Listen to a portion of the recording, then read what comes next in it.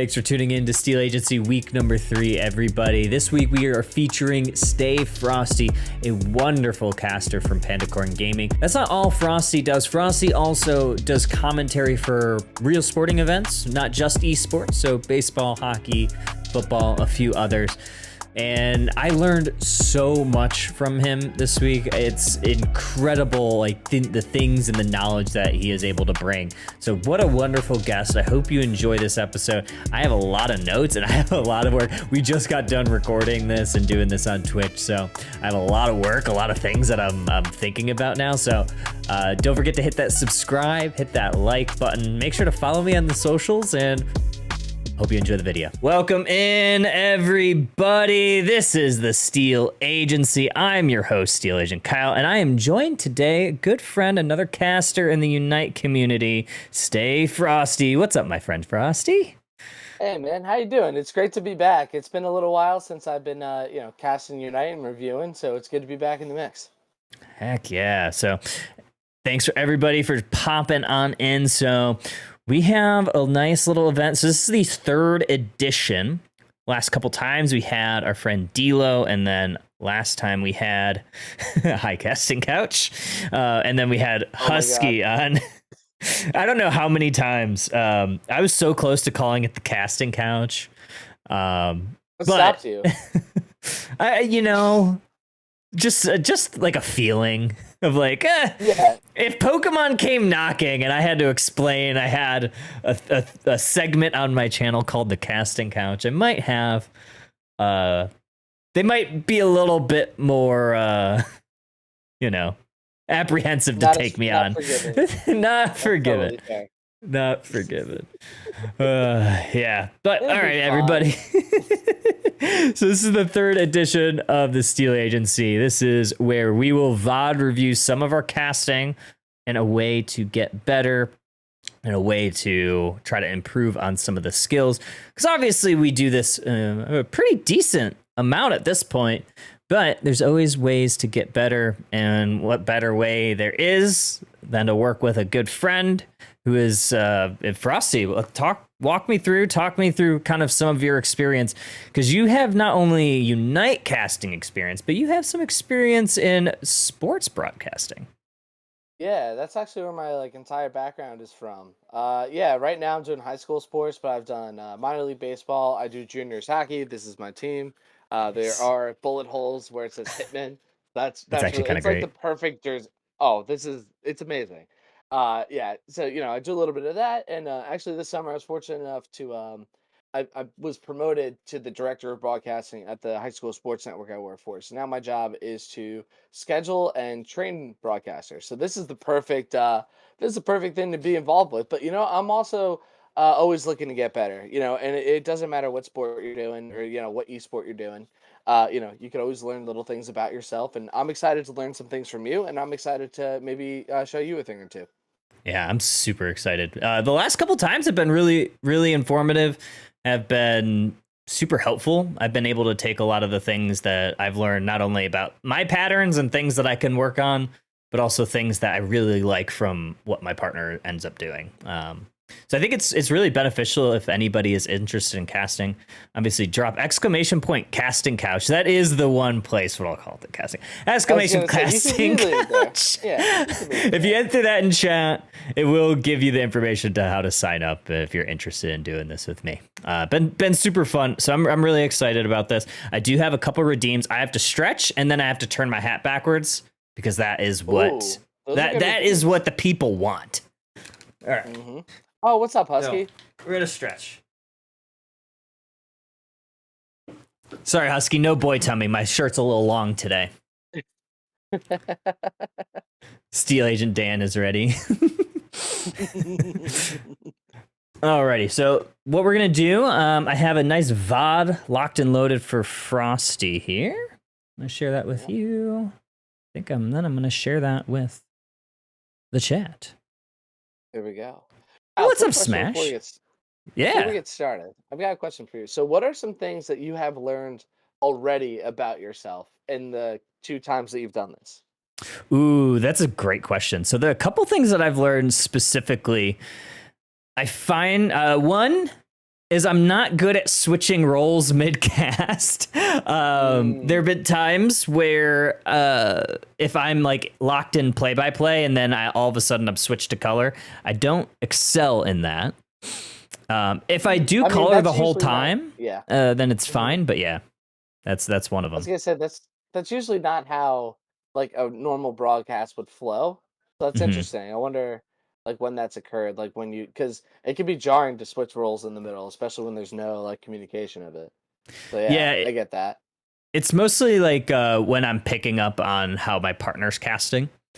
Because some people have different styles, right? Like, and especially with Unite, it's a very fast-paced game.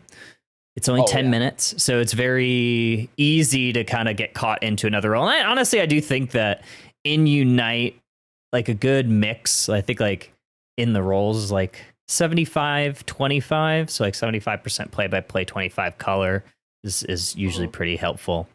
I guess the other thing that I've noticed and learned about myself, and something that I'm working on, is specifically how do I word this?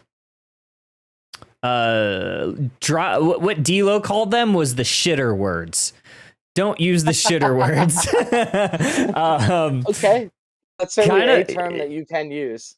Yeah, I mean, kind of dropping those filler words that don't really give you any context, kind of be more straight to the point, talk an active voice. And it's something I do in like in my work life is, you know, I write policy documents, and one of the biggest feedbacks I is always write in active voice, but sometimes you don't always speak in active voice. So that is one of the big things that I've picked up on myself. And it's something that happens a lot. Oh, totally. That's a great thing to pick up on too. That was like one of the number one things I taught my interns this summer was like there was a lot of it's going to be, or you know, that's about to be. No, that is, or like, you know, like this is happening currently now. Like, you know, you don't need to set it up. It's happening in front of you. Yeah. So, no, that's a really good. And honestly, like that one adjustment, like, is one of those that helps you make a big jump into sounding crisp and to sounding a lot cleaner. So that's like one of those that again, like little changes that helps you make a really big jump. So I'm really glad that you were able to already learn some stuff, because I know when you were talking to me, like when you had the idea for doing this, that you really wanted to learn a lot. And yeah, I mean, I'm glad that you're getting a lot out of it. That's fantastic. Yeah, I'm enjoying it. So, I'm trying to think if there's anything else that was like really jarring. I think that's really the big thing. Right. Everything else is kind of neat. Is you know, frosty on the cake. Yeah, there you go. I can take it. All right, I'm looking at what Smash said before we get started. Husky watch, you narrowly win yesterday. That reaffirmed the me plus 4 randos. Smash did the you were doing the Husky for hire too. Yeah, that was I did a couple matches. They were very interesting matches that Husky got to watch of ours. There were a couple I was like, oh, I'm glad she didn't want, like, because I was just duoing with scrambles, and there were a couple of them where I was like, oh, I'm glad this is the one, because there were a couple where it was just like really bad, but maybe it would have been really good entertainment. And I think one of the ones that we had was just like a complete smash. But alrighty, Husky for hire is very entertaining. Yeah, I will say that firsthand. Great time. Yeah, 100%. So if anybody, I assume everybody in my chat knows Husky. She literally lived on my stream all of last week, or not last week, the week before, for like Worlds and everything. Worlds, right? But if no one is doing Husky for hire on Mondays, I think she said she was changing days. You're literally missing out, because not only is it just fun to watch while I'm playing, but then just jumping in the queue, it doesn't change my night. I'm gonna be playing anyway. Let's give back. Let Husky provide some commentary along with last night she had Archer on. It was super fun. Oh, awesome. Yeah, it was a good time. It was a good time. But all right. Fantastic. All right, chat. All right, Frosty. Got it locked and loaded when we're ready to go. And if you can't hear the volume or if it's like too quiet, just let me know and I'll bump it up. Absolutely. I think I know this match too, because I remember I have a DUI. I think this is the one where I start waxing poetic about how I think they picked Comfey, and I said that of the Unite roster, it would be the most likely to actually have a DUI would be Comfey. Okay, that's a good line. Yeah, I'm ready for this one. Yeah. That might be in this one, but it might have been a different one. I guess we'll find out. Yeah, this is the I believe it's called out, but I believe this is like the losers finals of Underdunk. Gotcha. And we're off. Hi, Archer. All right, so here we go into our draft. In the losers finals, Varuked is your orange team that is on the right, and the Pocket Rockets are going to be on your left side. They are your purple team. And right off the rip, Chopper, it looks like they're going to ban everybody's favorite nighttime friendship, Evolution. Evolutions being the name of the game is nothing that surprises me, Frosty. They're going to be either picked or banned every single time. And actually choosing to not deal with the Blaze again could be something very smart, especially with the failings actually being also banned. One last pick left for Varuked. In the pick and ban phase, Resia is actually from Puerto Rico, so I know him, and he is a great player as well. So shout outs to Puerto Rico here in the top 3 of the tournament, Underdog 36. So that's going to be awesome. First picking Slow Bro. Gotta make sure to at least have that tank on deck. Next best thing, Lapras is going to be interesting, right? It's Frosty. Could have been a better handoff from Chopper, I think. It seemed like you were ready to rock. And I was ready to Chopper go, wasn't quite ready to give it up yet. No, that's one thing that we talked about. Yeah, I was gonna say Chopper, like in here.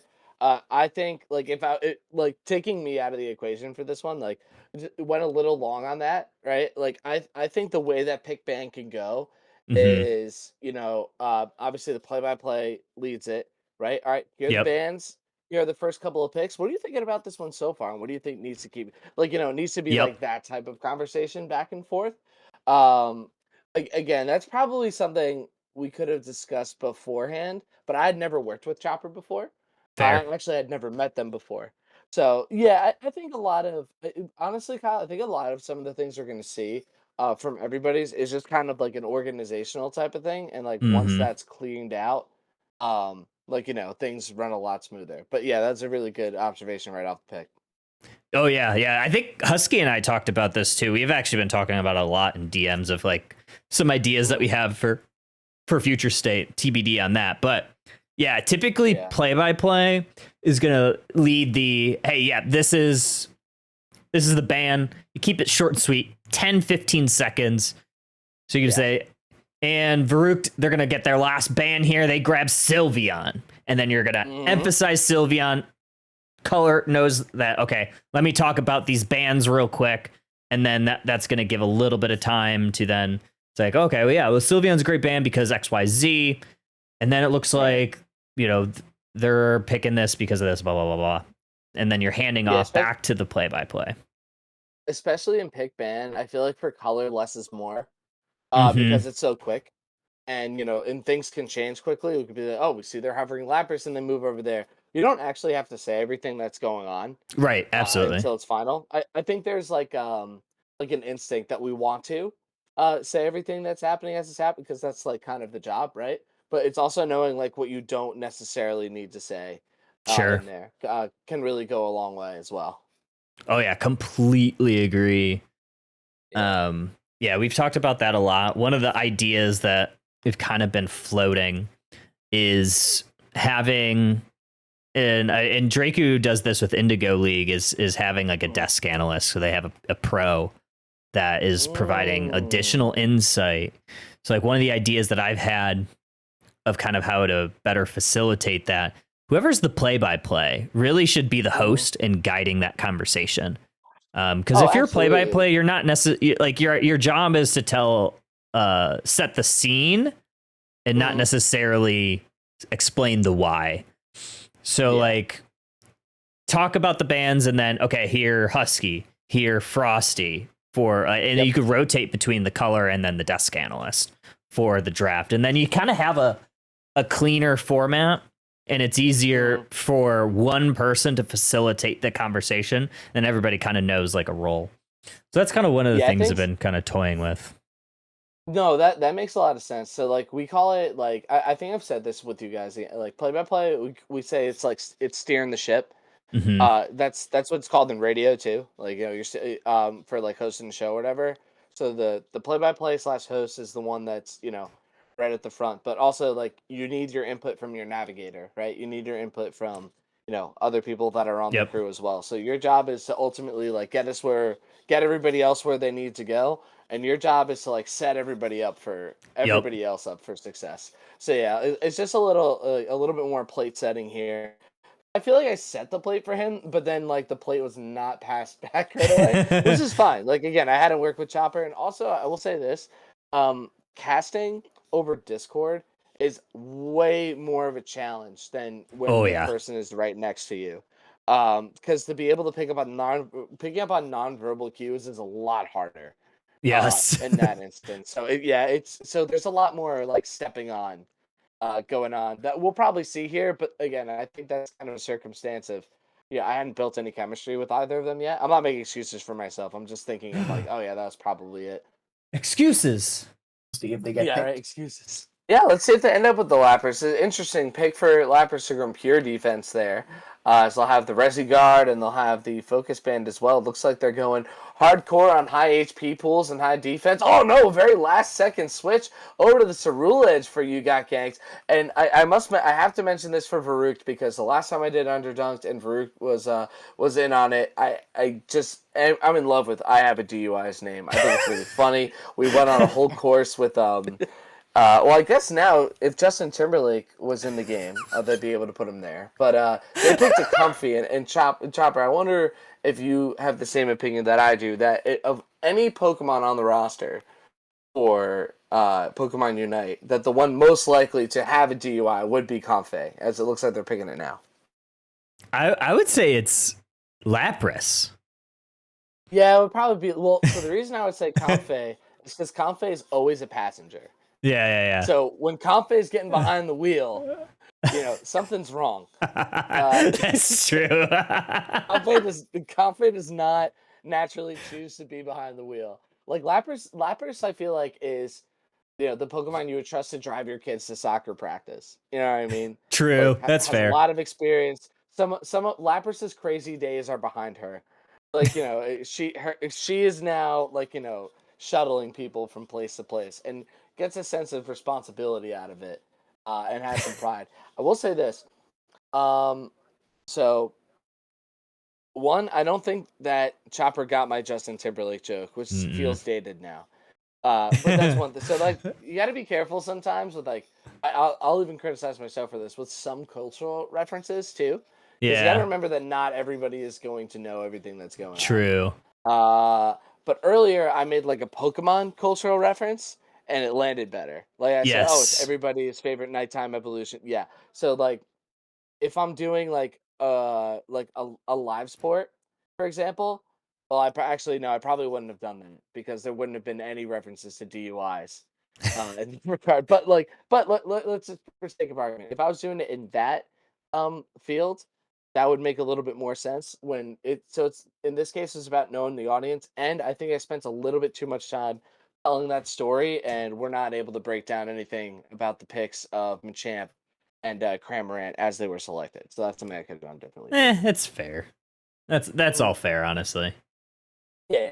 It's very funny. It's still funny though. So to me, it still, I think, provides at least some entertainment value. So there's always something to be said when you could be a little bit funny.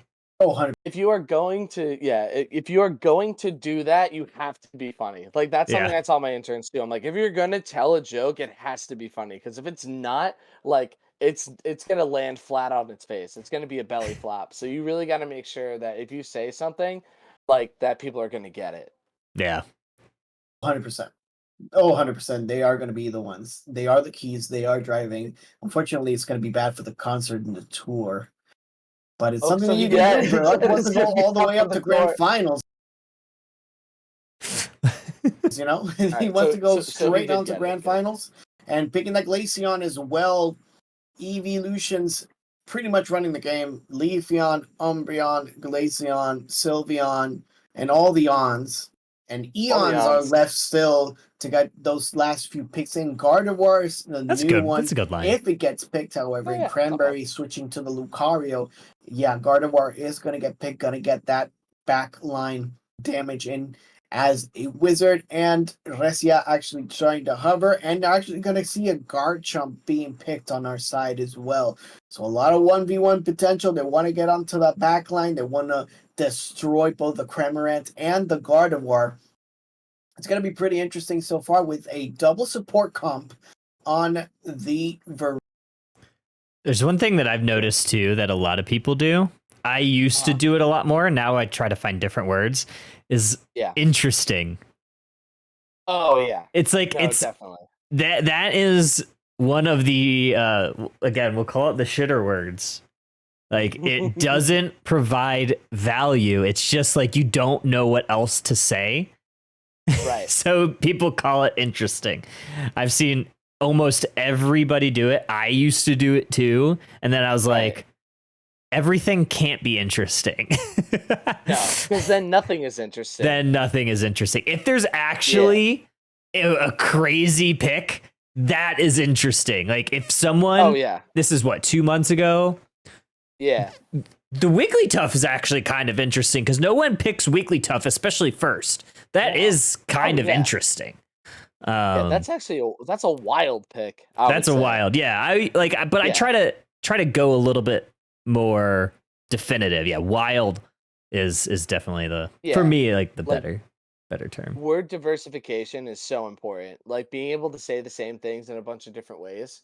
That's another thing that like when you have that down, that's another thing that helps you make a big leap. We started off some of our intern things with my broadcasters. I would give them a sport, and then I would have them call out different words to describe like the ball moving or the puck moving. And then if they gave me a good one, I threw a Jolly Rancher at them. So you can find a way to maybe do that for yourself. Ooh, okay. But yeah, I did that for like names of teams too, and they seem to like it. Yeah, it's like I'm gonna write just that finding down. different ways to work on that, or maybe like sometime during the day, like just think about think of one word and then maybe try to think of a few different ways to say that same thing. Ooh. Yep. I'm writing And that way down. it's like it's you, yeah, and that way it's you too. Because I look up. Oh, actually, Kyle, you're a big hockey guy, right? Oh yeah. So Doc Emmerich. Oh, I love Doc. One of the best. So you ever heard of his 153 verb chart? No. Okay, so when you have the chance, look up Doc Emmerich 153 verbs. And I think it was for the gold medal game of an Olympics, or it was like a Stanley Cup game. And he had a list, and it was 153 different ways to describe moving puck. And he segmented them. There were some that he only used in the first period. There were some that he added for the second, some that he added for the third, and some that he saved in case the game went into overtime. And to me, that was a masterclass of like, just finding creative ways to say things.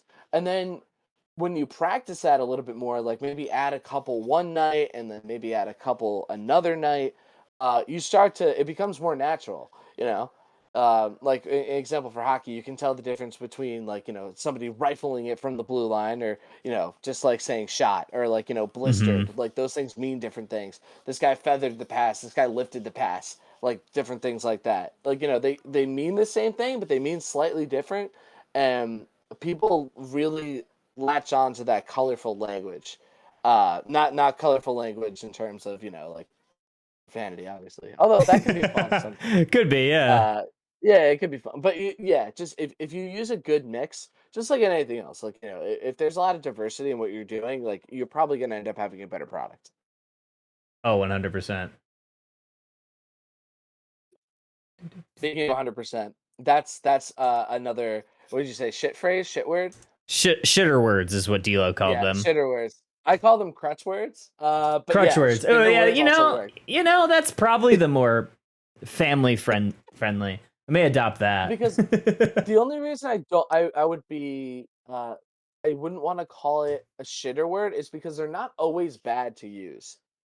So like saying 100% is great. If you say 100% 19 times, it's horrible. You Yeah. know, nobody you don't sound very creative, and actually it really makes it, even if you're knowledgeable, it makes it sound like you don't really know what you're talking about either, you know?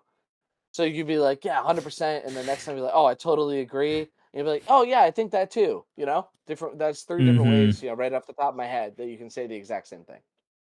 I'm liking that. That's actually a good practice. I think I'm going to start incorporating it. And even just like for me, I'm the type of Mhm. person, like if I just think about something, I don't perform very well if I try to bring it into practice. But if I write it down or Mhm. type it out, that's Yeah. usually when I start to actually see some changes and like materialize what I've been practicing.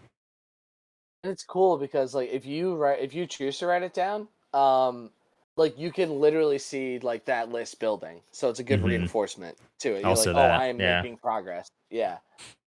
Because I mean, when Yep. you think about it, there's probably 100 ways that you could talk about Cramorant diving into the goal to score, or Oh, any absolutely. Pokemon going in to score. They're diving. Mhm. They're sweeping in. Yep. There's definitely some game specific terminology that you can use, but there's Oh, also like totally. 100 different words that you can use to describe what's happening on the screen. Jumps Yeah, on like in. yeah, Yeah. Gardevoir sashays to the goal zone. Cramorant has submerged itself. Slowbro has waddled. Yeah. Lucario has anime run. Things like that. Lucario Naruto's into the goal zone in the back line. Yeah, exactly. Comfey attempted to glide in, but crashed the car into the tree due to all the vodka it had been consuming earlier on with the floral notes in it. Wigglytuff rolls on in. Different ways to say it for each. And actually, Pokemon makes it a little bit easier because Pokemon are so expressive and each of them have their own personalities that it actually makes it a little bit easier, right? Like Mm-hmm. Glaceon skates on in, Garchomp rumbles. What does that specific Pokemon do? Ooh, Um, yeah. I like Swirlage that. dances towards the goal zone. Oh, Things I like like that. it. I like it. Mhm. I actually really like Yep. that. Yeah, man. All right. It's I a good need to tip. use that more when I broadcast for Unite as well. I don't think that I've been as good with my word diversification as I am when I do other things. But yeah, Oh, it's such a big skill to use. ooh. For Rooked side of things, but we know that Wiggly can actually double more as a tank rather than a support. But what do you think of the comps so far, Frosty? I think it's interesting. Varuk, it looks like Varuk wants to play some It's ISO ball here. interesting. They don't really have a lot on their side Sometimes in it's terms hard. of group damage, so they're Yeah. looking to isolate, seek, and destroy. It looks like they want to really penetrate that back line, Seek and particularly with the destroy. I like it. Cerulege and maybe a couple of dives from the Garchomp, On the while top, yeah. keeping Gank over along the back. I think I have a DUI's job in this game is to really just keep this Garchomp alive until it can get to that boosted auto attack and start healing itself, especially when it gets really brawly. And then on the other side for Pocket Rockets, they look like a scatter comp to me. They want to stay away from each other. They want to stay at range with Gardevoir, and Lucario's there to try to pick off that Glaceon. So I'm kind of liking it. These seem like pretty even comps. Nothing too crazy for a best of one. And yeah, let the best team win. As Elixir, I'm sure, is have their eyes glued to their television screens or however they're watching right now. And this should be a real fun one, Chopper. All I right, like. so if I we just like have, that. yeah, thanks. So I was a little behind on the meta when I did this one, and I'm gonna be completely honest. When it comes to MOBA specific terminology, I'm not an expert. So by Yeah. saying things like scatter comp, that probably doesn't exist.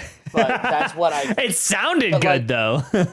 right, so that's another thing that I teach too. Is I'm like, listen, sometimes you just have to make it sound like you know what you're talking about. And it Um, did. I wouldn't have yeah, known that you were just winging yeah. it there.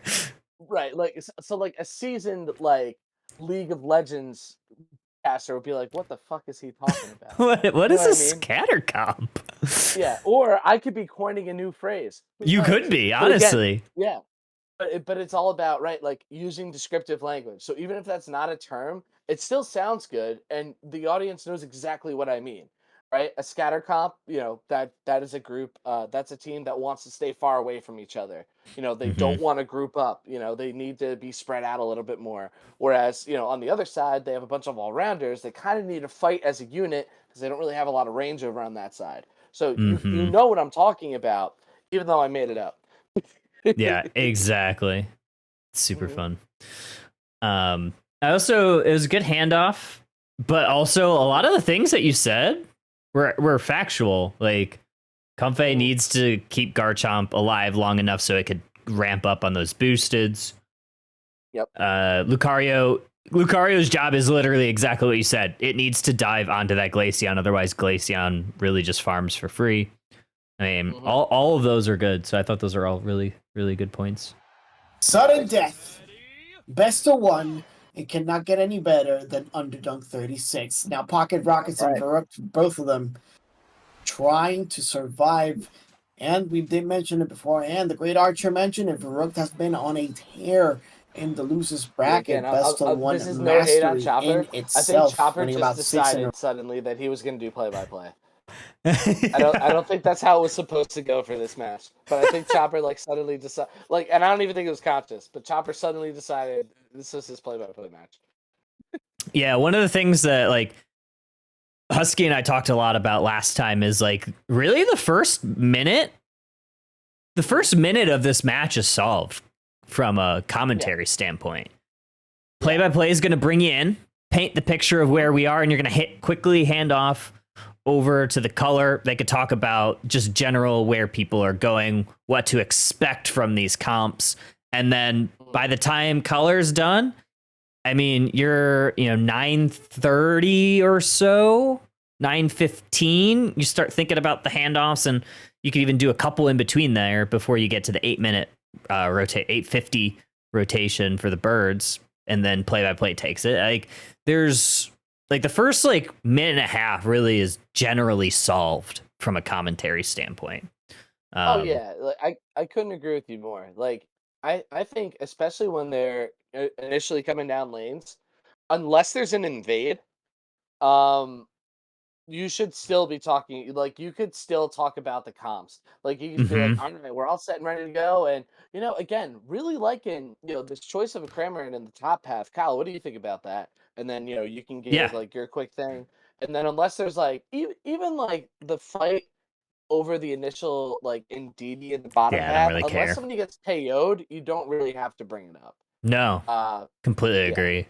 you can still kind of again. There's an instinct to want to say exactly what's going on at all times. Mm-hmm. I'm still not I'm not perfect at that. Even with my other job that I've done a lot more. Um, so that's something I still need to work on in that respect. Because you see something and you want to be able to say what's happening, but sometimes you have to remember, especially in a visual, when you can see what's going on, if the Mm-hmm. audience can see it. It needs to be a little bit more conversational, and then your job is to ramp it up when there's a lot happening, and the audience needs somebody to explain to them what's happening or what's going on. Exactly. Yeah, I think a lot of the times, and I think it just comes with the maybe lack of experience, myself included at times, right? Of Mhm. kind of getting caught up in that because it's easy to, like you said, it's super Oh easy yeah. to especially if I'm supposed to be doing color. There are Mhm. definitely times where I'm like, oh, I just need to break it in, and sometimes I Yeah. think that's part of Unite just being such a fast paced game. But yeah, if you're play by play, generally you shouldn't be talking about what's happening. You should be talking about Mhm. what's happened, what's going Mhm. to happen, or general knowledge about why things are happening, like win Yes. Unless conditions, there's a that kind of fight, stuff. right? Unless there's a fight happening, you're having a conversation. So Hmm. I mean, Ray fight, you need to be in. Who did Slowbro ult? Where's the rollout hitting? Why is Gardevoir in the front line? Hmm. Things like Yep. that. Place all that. But again, very beginning, Kyle, you're absolutely right. You know, the first little part of it is pretty much solved. The other thing too, and one of the things that I've talked a lot about with Husky, that I've talked a lot with D'Lo in the last two, Mhm. really the job of each, you're a team, You as the play-by-play and the other person as the color, whatever role you're doing, whatever. Your team, like the last things that you should say, one, should end it very distinctly, but also like what I try to do if I'm doing play-by-play, the last thing that I say before a handoff is usually something that pushes the color person into a direction. Like maybe there's a level spike that just happened. Now you can talk about why that's important. Oh, there was a steal or like, hey, and this is a pyro ball Cinderace. And now you color person, they could talk about pyro ball, like what it does, why people don't usually go it, stuff like that. Like setting people up, and then same with, the color analyst should be, setting the play-by-play up person at a good point in the fight, either when they get overwhelmed of like all the things that are going on, or with a good point of a direction of where the fight's going. So yeah, just all about setting your partner up, I think. Oh, totally. Yeah, the play-by-play is Gretzky, and the color commentator is Mark Messier. Nice. Dish it off, and then their job's to take a quick shot, and then they make their point. You rebound it, try to get it right back to Gretzky, because Gretzky knows what he's doing. Mm-hmm. In a row, they have the mentality of a rock, and they are poised maybe to get into this grand final. But Pocket Rockets is nothing to scoff at either. They were taking Elixir to the limit a couple of sets ago, and I know for a fact that they won that run back. So it was absolutely killing me here that he did not address the Machop invade. I know. At all. I know. I was dying. You could feel it too. You're like, no, like he's talking about the mindset, but it's just what we talked about before, right? Unless there's an invade, it needs to be a conversation. Yeah. There was an invade, so we got to talk about it. Yeah, especially if there's an invade, you got to talk about. Invading is wild. Yeah. It is for a normal team. For Pocket Rockets, that's business as usual. And you'll see that. I think the game that I have is actually Pocket Rockets from. Oh, that's awesome. No, maybe not. It might be. I can't remember what match I pulled. But and it's also wearing XP share, which I don't know if anybody called out at any point. They play the quarterback Machamp. Pooty is always quarterback Machamp. Yeah, there we go. And we had the Machop coming in with a little bit of an evade. Not a bad idea. Karate Chop is a sensational move in terms of early game secure, but forced to back off. It did get both of the buffs, though. So nice job by the Machop, stealing away plenty of experience from Varuk, despite having the Charcadet back there. We do have a KO, so down goes the Gibbite. And now a little chase over here on the Jigglypuff. Another KO coming through as we're all tied up at 9 apiece, right at the 9-minute mark. So, I actually have a question for you about this. I want to get your opinion on it, because I've thought about this for Unite as well. When it comes to describing who did what, I'm trying to figure out what a good balance is between the player's name and what Pokemon they're using. You know what I mean? Yeah, I go back and forth. It really depends on the situation. I default to the Pokemon. Yeah, I've been default, but I kind of want to use the name of the esports athletes a little bit more too. Yeah, that's fair. That's fair. It depends. I'm thinking 60-40 split Pokemon to gamertag. I wonder what you would think about that, because I always default to Pokemon, but I'm frustrated personally because I'm like, I want to say who it is. And the only one I know out here is I have DUI because I made a joke about it and I know it's confident. Yeah. And I can't talk about what they're doing half the time because they're around somebody. Mm-hmm. True. Yeah. So it depends. I usually default. It depends on the situation, but me personally, I'm probably saying the Pokemon 75 to 80% of the time, and then I'll do player. Yeah. If the player's super notable, like if it's a top 8, a player from a top 8 team, that number might increase. But it depends. But yeah. No, that makes sense. No, I got you there. Because it can be hard, especially in like a big tournament, to know everybody. It's a challenge, and you have to be a little bit realistic about how much you can actually prepare, because you don't want to be at a point where you're getting in your way of the casting, trying to remember everybody's name. Oh yeah. Cause yeah, that's the other thing too. Sometimes like you run into the situation where you don't remember what it is, or like maybe it's a little fudgy on the screen, or you don't know how to pronounce it, which is another thing that happens. Like so there's always those weird one-off situations too that you kind of have to be mindful of.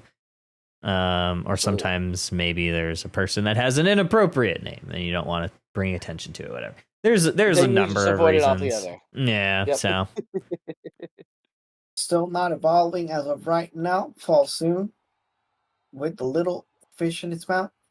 And now 4 seconds left for the Altarias and the Swabbles to actually spawn.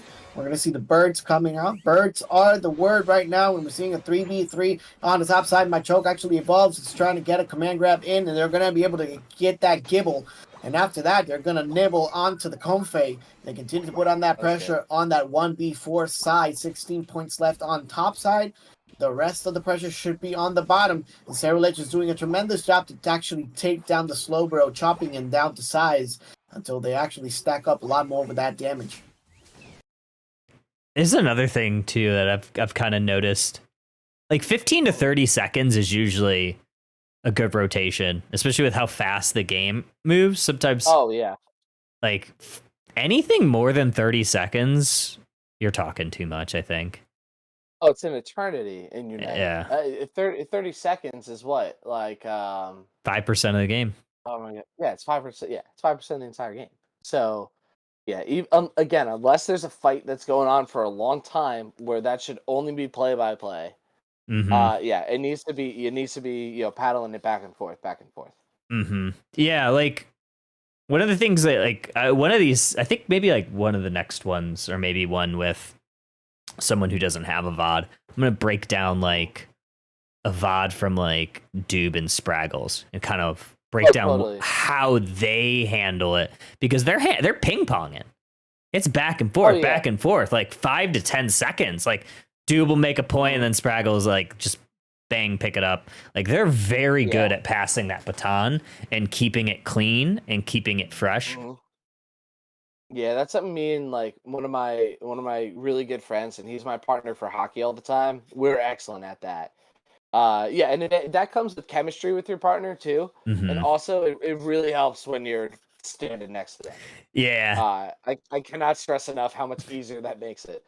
I feel like if I was like, if we were doing like a LAN event, I'd probably be going in, and then like if I'm getting ready to like hand off, I'll just be like like raising my hand, like there'll be a hand signal, like I'm like wrapping it up.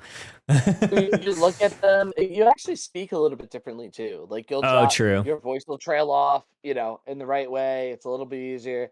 But yeah, I mean, those two, they have insane broadcast chemistry, especially to form only really in the 3 years that the game's been around. And actually, Jake didn't start going with Doobs until season 2. Right. I don't think, because they had him with Jeff Hooglin in the first season. It's really only in the past 2 years that they've been working together. So they've done a really nice job, being able to pick that one up.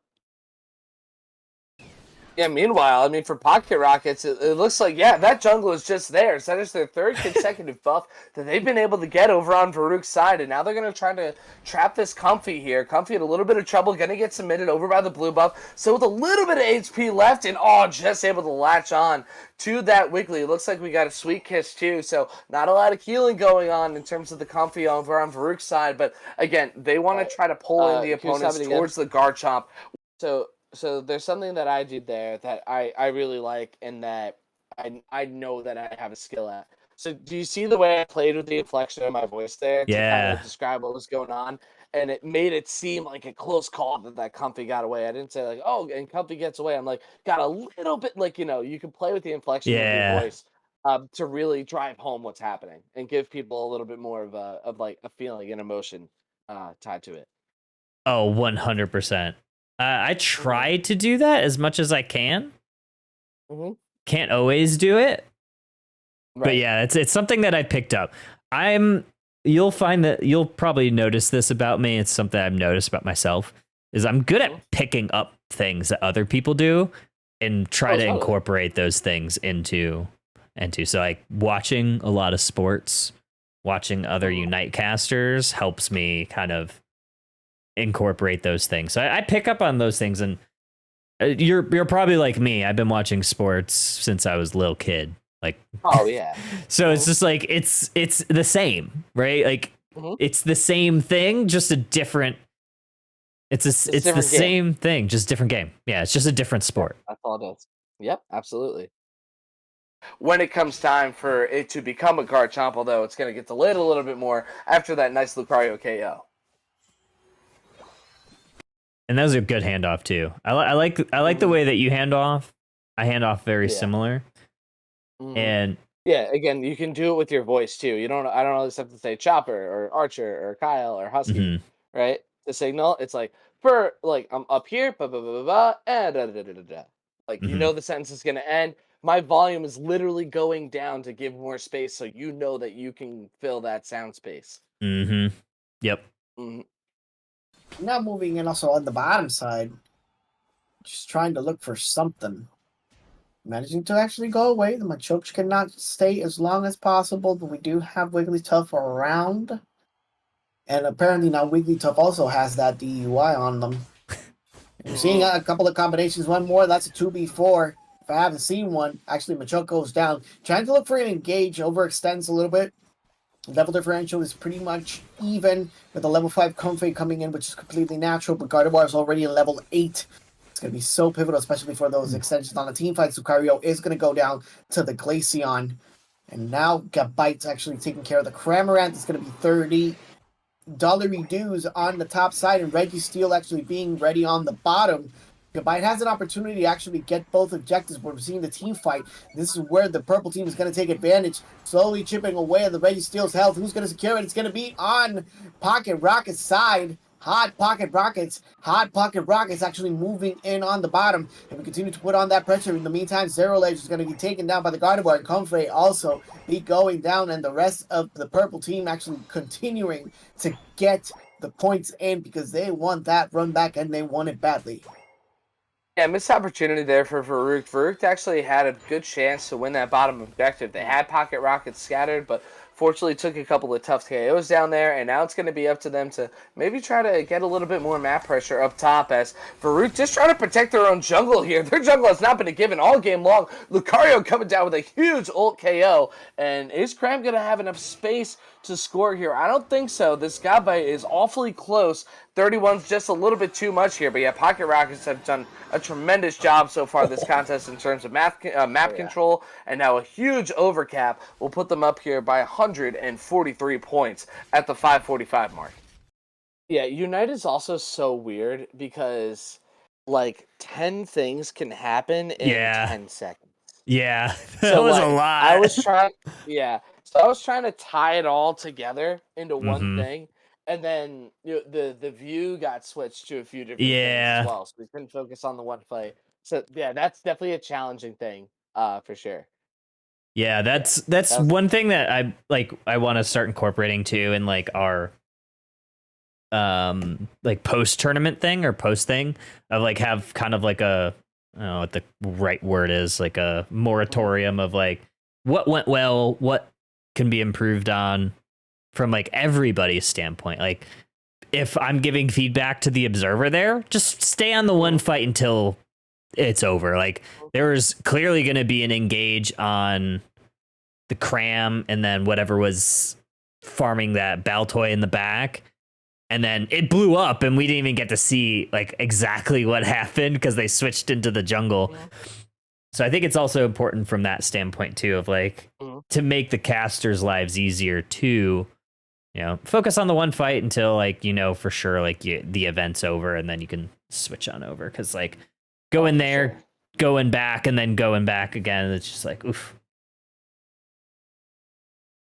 Yeah, a little whiplash. The experience that you need of going both to both the Cramorant and to the Gardevoir is pivotal, especially when you continue to put on that aggressive nature. And Machamp actually trying to move in, just soaking all of that damage in from the Icicle Charge, and now Lucario trying to put in on that Wigglytuff, and level differential is going to be super important, like we mentioned beforehand, Frosty. 2 supports in level 7, this is a danger that you can have with this competition, and you mentioned it beforehand as well. They were lacking a little bit of damage. A lot of the responsibility is going to go on the Cerulege and onto the Glaceon, but it's isolated damage. It's not going to be any type of crowd control on their side unless Garchomp can actually get a consistent engage. I see, like, yeah, what you're saying. Like, it seemed like you both like ended up switching roles a couple points in the match. I'm like, oh, that was like all color there from Chopper, and earlier he was doing play-by-play. So yeah, I think probably just a little bit of bouncing. Yeah, the lack of the group damage has certainly been a problem, and Garchomp goes down again. Garchomp's been kind of behind most of the game. Now it's even, and now 1 level below the Cramorant, as Machamp, again, just continues to terrorize Varuk. So, fortunately for them, was finally stopped over by the Glaceon, but a massive lead for Pocket Rockets. They have all of their goal zones up. Varuk just has their 1 that's left to be broken, and Garchomp's going to kind of just find its way over down to the bottom. Varuk certainly needs help in terms of levels. All double digits on the side for Pocket Rockets. And again, those 2 supports just sitting at level 8, but both have their ults now. Lucario is going to secure with the Shinko Hadouken. And moving in closely. He did a really good job picking that up. Yeah. Mm-hmm. Yeah, he did a good job picking that right up. And I did it. I dropped it off for him right as the fight, was coming to, its conclusion. So I think that was a solid, throw over to him, and he did a nice job picking up the verbal cue. Mm-hmm.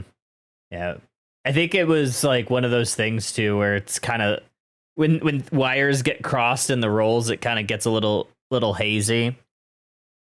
It could have gone one of 2 ways, because it seemed like you were still in like color mode, and then we had this whole fight. Like, I think you could, like, what you did was fine.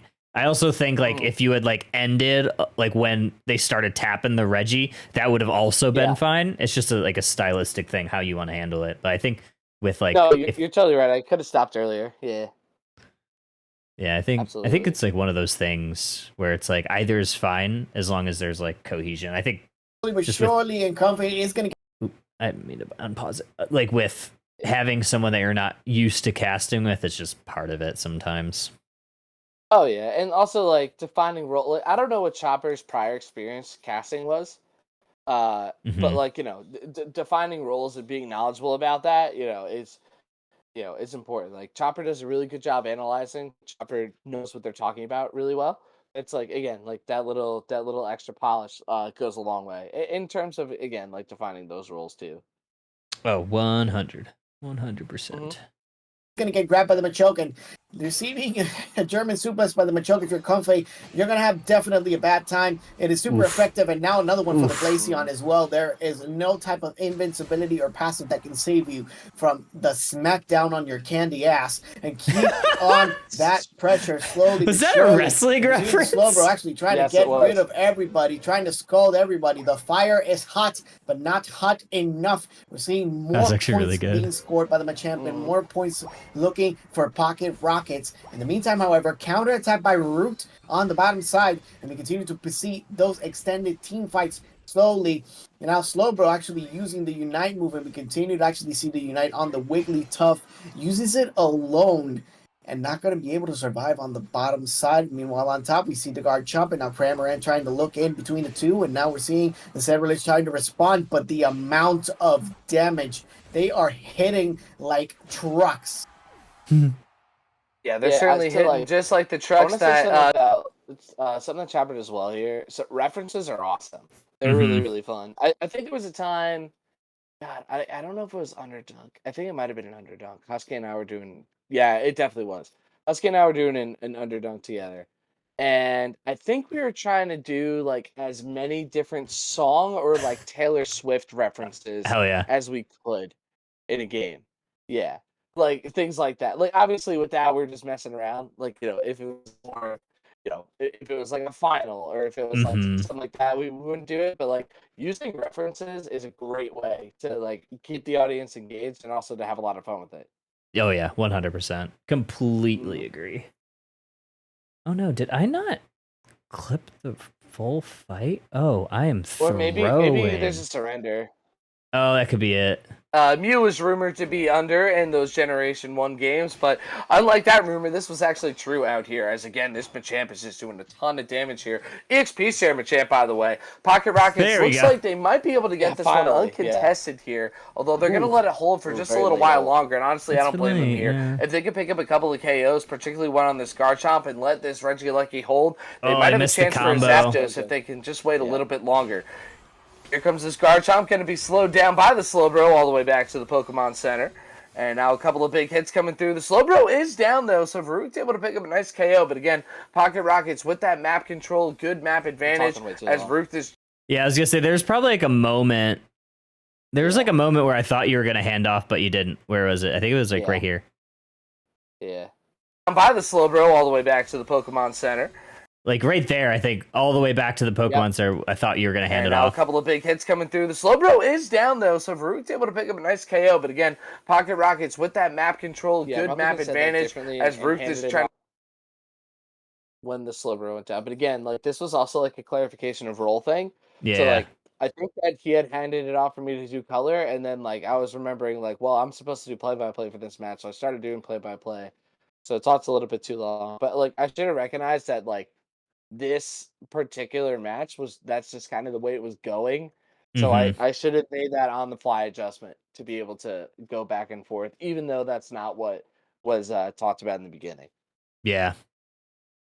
It's hard. It's hard. Which is why like I like casting with like the same people, because you get like that familiarity. You build that, like, what's the word I'm looking for? You build the callus with that person of like understanding their flow, their inflections, and then just you get used to, you know, everything that they do. Like at this point, like Ribbit and I, Husky and I, we're like 3 peas in a pod. Yeah, there's not always just 2 peas in a pod. Right? There can be several. I've seen several peas in the same pod. Real. In fact, 2 doesn't seem like enough. I agree. Trying to do whatever they can to make sure that Pocket Rockets does not get this Regieleki. Man, that Lucario is actually securing absolutely every single bit of the objectives.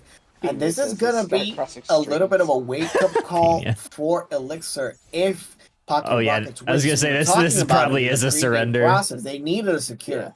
That's exactly what they needed to actually make sure that the objectives were going to go on point. And if this Lucario gets into the compositions that Pocket Rockets are currently playing as, because they are dominating Farouk's right now, it's going to be enough for them to actually take it and maybe even possibly win the entire thing for Underdog 36. We cannot... No, that's it. All right, let's see if I can... That's all right. Let me see if I can find the last little bit. Oh, wait, Twitch.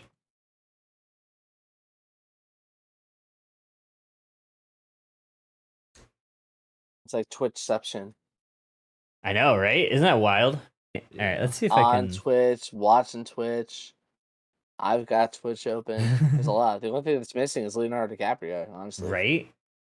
Yeah. But we're both over 25, so he doesn't want to hang out with us anyway. Oh, that's rural. That's bad. I mean, like... I mean, there's plenty of evidence. True, you're not wrong. No. You're not wrong. There's plenty of evidence.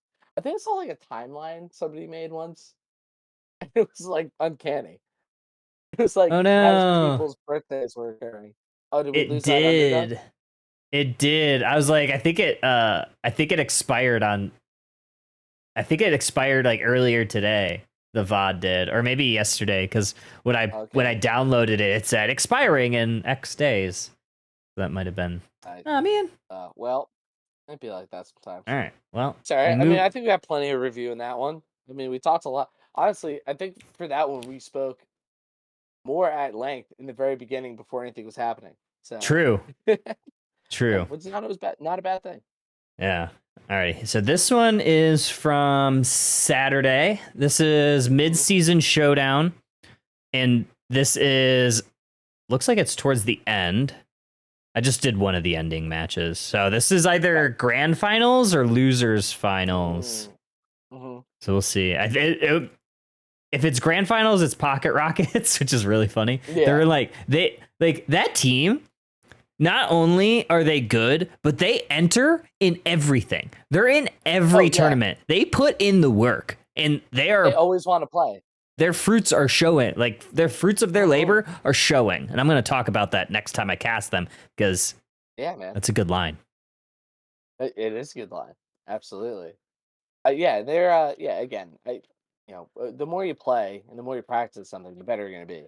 So I mean, hats off to them. Like they clearly work really hard. Oh yeah, 100%. What is this animation? This is cool. Draku's got some great production. If you've never watched the Indigo League productions, they're fantastic. Draku has great assets, great just like everything about it. Yep. Nice. Like he does like all sorts of like little graphics in the game. Like it's a good product. Like he puts on a show. So shout out Draku. Yeah, for real. Did I not get the right time? Eventually it starts. Yeah, it'll start shortly eventually, right? I think so. Mid-season showdown and Pocket Rockets out to a nice little lead. They had a little bit of a spicy team comp. Didn't quite work out in their favor in that last game, but it doesn't matter. They are one game away from being your grand finals champion. Yeah, so I just brought it in, set the scene for Draku. That's all that was. Yep. Keep it quick. I think this is one where we came in mid-set, so because we needed to run an ad between because it was a best of 5. Yeah. So Pocket Rockets. A personal thing. I don't love that music that's in the background for that. Yeah, I agree.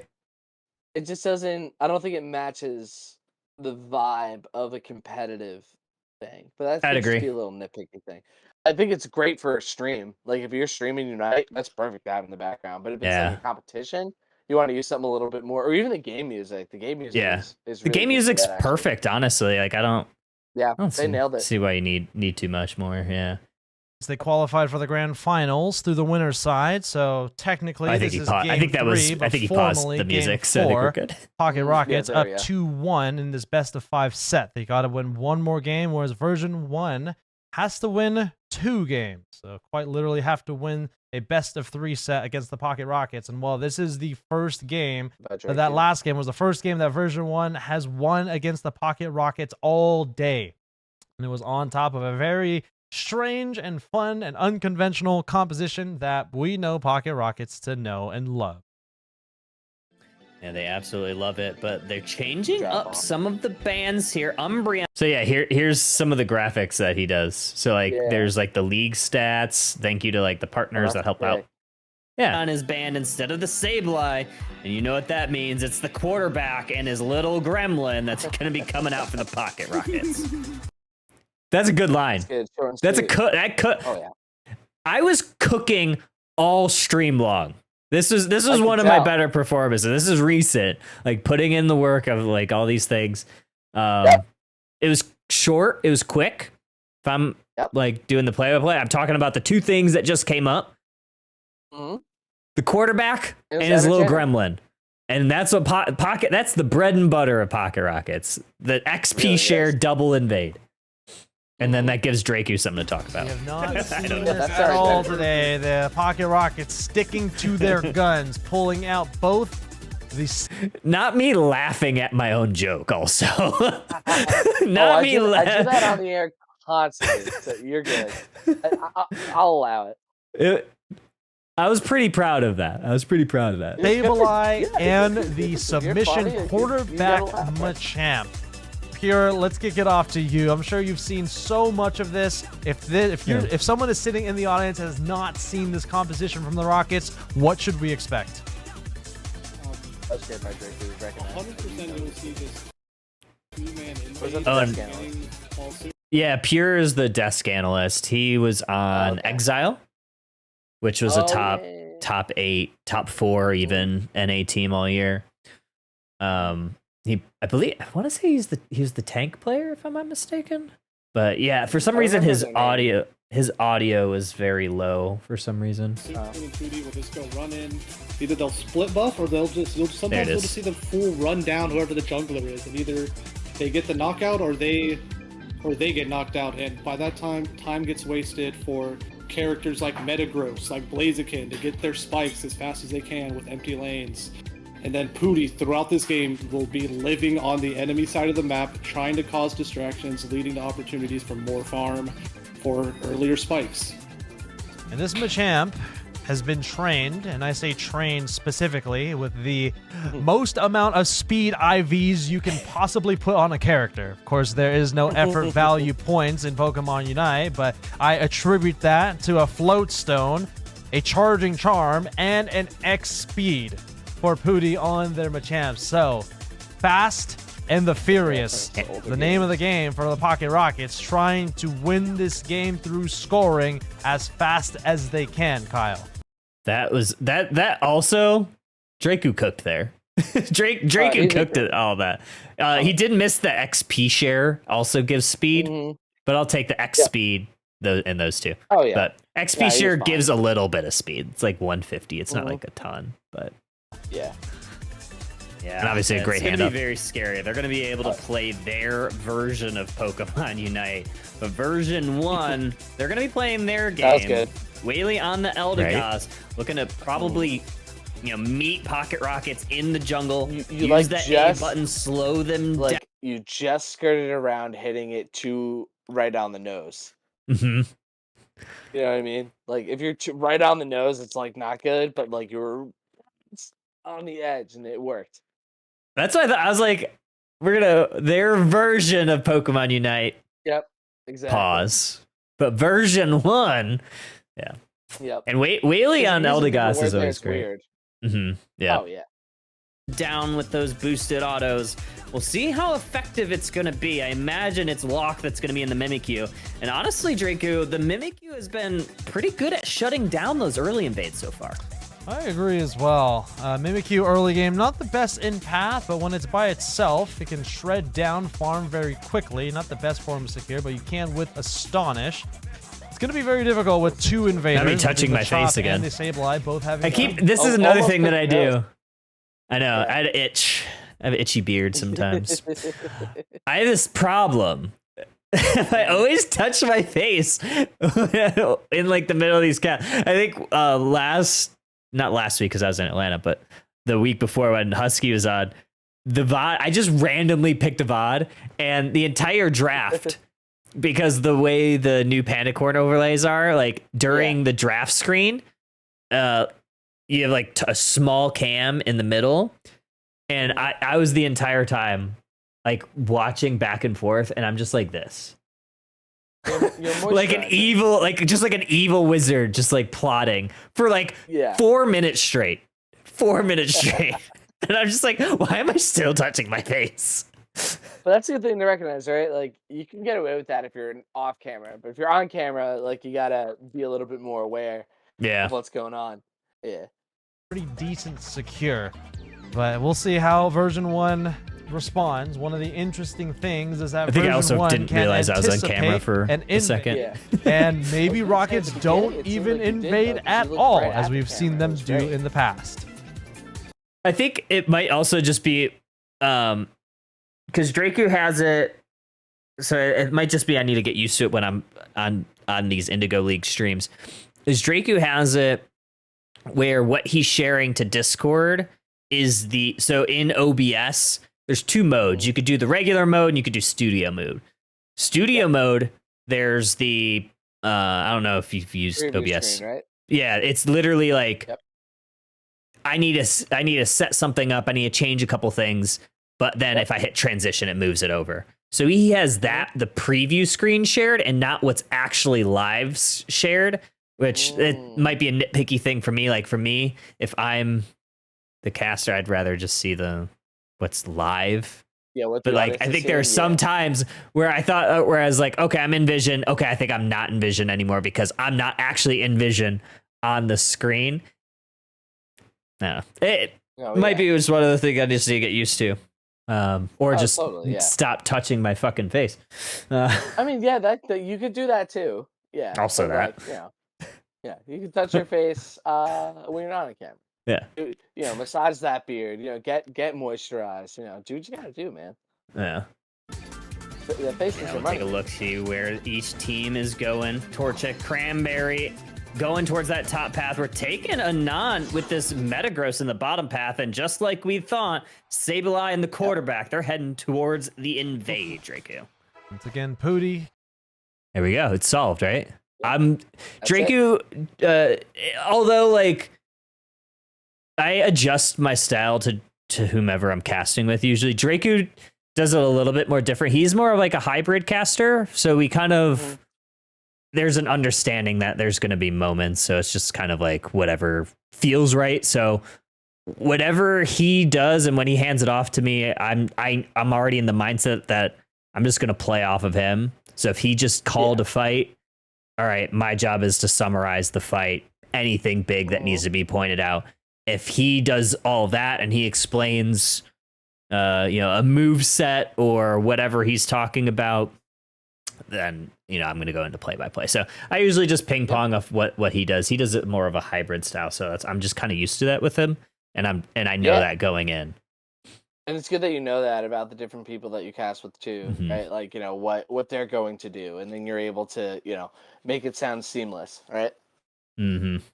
Captain of the Pocket Rockets. You can see some of their information on your left hand. But yeah, so again, like some of the graphics, some of the graphics of it here, but like he has like all these graphics of like, hey, Pootie's invading. Let me throw Pootie's graphic up here on the screen. Just like a lot of like cool small artifacts that make the broadcast like neat. Hand corner of your screen. Here comes a karate chop. Not able to take that one away from Locke. Really nice secure there from the Mimikyu, and it's going to send the rest of the team scattering, but Pooty has a couple of different jobs. If they can't take a buff, they can definitely take their berries. As you see there, they took a citrus berry away from version 1 that they're not going to have available to them. You're going to see if they can try to chase down Locke here just to be a nuisance as best as they can. Yeah, being a nuisance indeed. Already starting early. Pooty looking to try to maybe steal a berry, but it's snuffed out. Gets KO'd by V1. And V1 now looking to take a little bit of advantage in this top path. It is going to probably be another 4-person push here for Pocket Rockets. But this Machop might be a little bit late to the birds. Oh, that's a good observation there. You were playing with your inflection really well about the KO, and then you moved over to like a questioning tone to kind of see like because you weren't quite sure what was going on there. And again, like just little things like that, like just they really go a long way in conveying the message to the audience. Because you're saying it one way, but like how you're saying it also, makes me at home feel like, oh, like maybe they should be there. If he's saying it like that, and it helps me learn about what's going on. Exactly. And the other thing that I tried to do too, since he kind of handed it off to me, is more of like he had the play-by-play of like the invade stuff. And then we're kind of getting into a lull before the next big engage, right? Like the next big engage, 850. The way I like to think about casting in Unite is the way I would play Unite. There's going to be engages at 850. There's going to be an engage at 8 minutes. There's going to be an engage at 720 and 7 minutes, right? Those ones for a fact because that's when the big objectives or the contested farm shows up. If I am the play-by-play, I want to take the handoff right before those time frames. If I'm the color, I want to make sure that whatever point I'm trying to make, I need to wrap that up before that engage so I could get it out of the play-by-play person. Yeah, especially Unite, like keeping your eye on the clock is so important because the game tells you when big things are going to happen. Yep. Not every game has that. Sports definitely does not have that for the most part. So, like, I know the 850Bs are going to be big, or the birds. I know that, the 8 o'clock ones are going to be big. I know that the objectives to 7 are going to be big. And, the timers that go on and so forth after that. So, keeping your eye on the clock, especially Unite, is paramount. Right. And, like, not to, like, pat my own back or toot my own horn, but I wrapped up my point perfectly at 851 and handed it over to Drakey. It's exactly what you want. Just setting him up, throwing him a nice lob. He can knock it out of the park. Yeah, critique is not a negative word, right? Like criticism can be positive as well, right? So that was something about yourself that you liked. And I think it's as important to recognize the things that you think you do well as it is to recognize the things that you need to work on, because you still need to have a high confidence, and you also want to build on those strengths too, right? So by recognizing, hey, I had a really good handoff there, you're probably more likely to do it again. Right, exactly. Birds on the field. Cranberry trying to take all that experience for themselves. I didn't think that was an acrobatics from Scarf, able to hit level 5 early on, even though they weren't the jungler. Falsoon has been snuffed out. As you can see, the mark above the players when they get some sort of vision. That this is also like a thing that's more unique to Indigo League, because it's a 16, or well, I guess because they're shortening it. It's 15 games, so 15. It was supposed to be 15 weeks of regular. Well, technically, 16 weeks, including the big end of season tournament.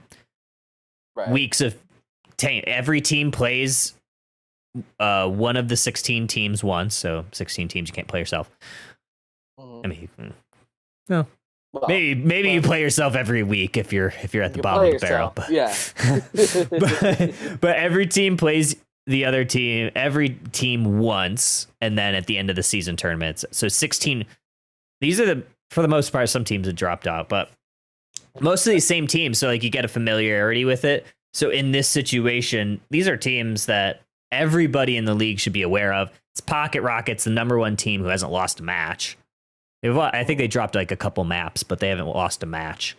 Version 1, another team. I think they're number 2 or 3 in the league. They've lost a couple of times, but they've had a couple of roster swaps. But Version 1's also three-peat Articuno League champions. They're very good. Like, very notable players, very talented players. They're in a lot of things. So I think this would be a match that's like perfect of like utilizing the player name a little bit more. Oh yeah, like grassroots stuff, like you can kind of get away with not having it, but when it's something like a little bit more organized like this, in terms of like who's in it ahead of time, instead of like day of stuff, then you need to like it's more important to make sure that you know everybody's name. 100%. That a Sableye is nearby, more like a Spidey sense, if you ask me. In the bottom path, a story that has continued to play itself on repeat. Liko dominating early in this bottom path against anyone who has been playing against.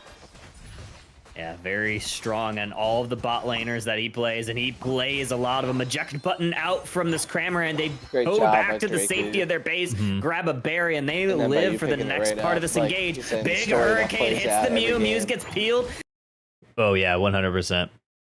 Yeah, it's just being able to say like, give a little context, and then for you to explain why it works for them, or like what the other team is trying to do to stop it. Perfect. Very good. Oh yeah. A Sableye is nearby. He was like doing this all sense, if you ask He was me. doing all these analogies. I almost said analogies. Analogies. Analogies. Oh no. He was doing all these analogies all day. He was kind of cooking. Nice. I think after the cast, we were just gonna do it. Him and I usually do a little bit of a brief afterwards. Nice. And he was just like, we were hitting the analogies like pretty hard all day. Like there was one. Oh yeah. In one of the previous matches for these two teams, I can't remember who it was, but someone on Pocket Rockets played Lapras, and Draco called it the Loch Ness Monster. And then there's perfect, 10 out of 10, no notes. But then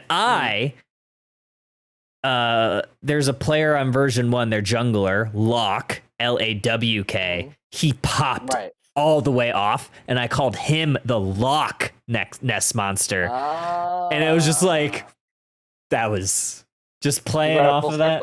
Yeah, came full circle. That has continued to play itself on repeat. Liko dominating early in this bottom path against anyone who has been playing against. But yeah, no, I completely agree. He sets that up perfectly because he called the fight. He did a little bit extra to kind of like recap the fight, which is fine. That's just his style. That's what he likes to do, and I know that. But then he sets me up, because there's not like a ton going on right now. I mean, there's a little bit of an engage about to happen, so I know that I'm probably going to do a little bit of play-by-play here because there's the cram fight going on. Mew and Rustic are fighting over this contested farm. So I assume that there's going to be something that I have. But yeah, he does an amazing job of giving me something to talk about. Yeah, very strong on all of the bot laners that he plays. And he plays a lot of them. Eject button out from this Crammer. And I misspoke there too. I wanted to call back that. That's what I want to call it. I said the eject from the Cram. It was the eject from the Mew, but I didn't. Right. I just leaned into it because if I tried to correct myself, I would just kind of be doubling back. And sometimes you just kind of go for it, even if you... Unless it's an egregious mistake, you can just move on.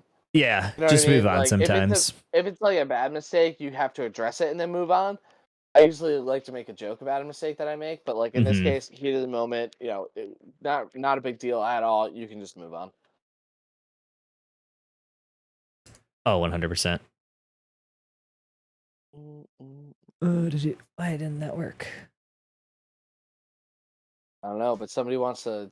There we go. Casting couch. It looks like. There we go.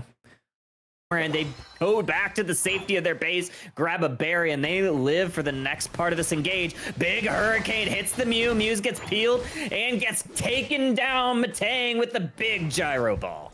Yeah, puts the Mew in a blend. I probably could have done that a little bit better. There's a lot going on. I probably could have called that a little bit better, but I'm not too... That was like really the first play-by-play I had that game. So I was like, sometimes you get thrown into it and you're not ready for it. I don't think I was fully ready for it. Could have been a little bit cleaner. I don't really see much of an issue with that. I think you might be being a little hard on yourself. I'm always hard on myself. Yeah. I want to be the best, Frosty. Like no one ever was. Yeah. There you go.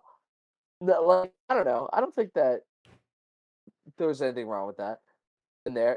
We can't be perfect the entire time, right? So not every call is going to be your strongest call, but also if every call is your strongest call, then you might be a little boring. It's all like up here, Mm-hmm. True. But here comes Locke from way downtown, able to get a nice shadow sneak, followed by another one. Get those resets, Locke. Definitely the Loch Ness monster in this game. A KO streak of 4. Early lead by Locke on their carry. The callback.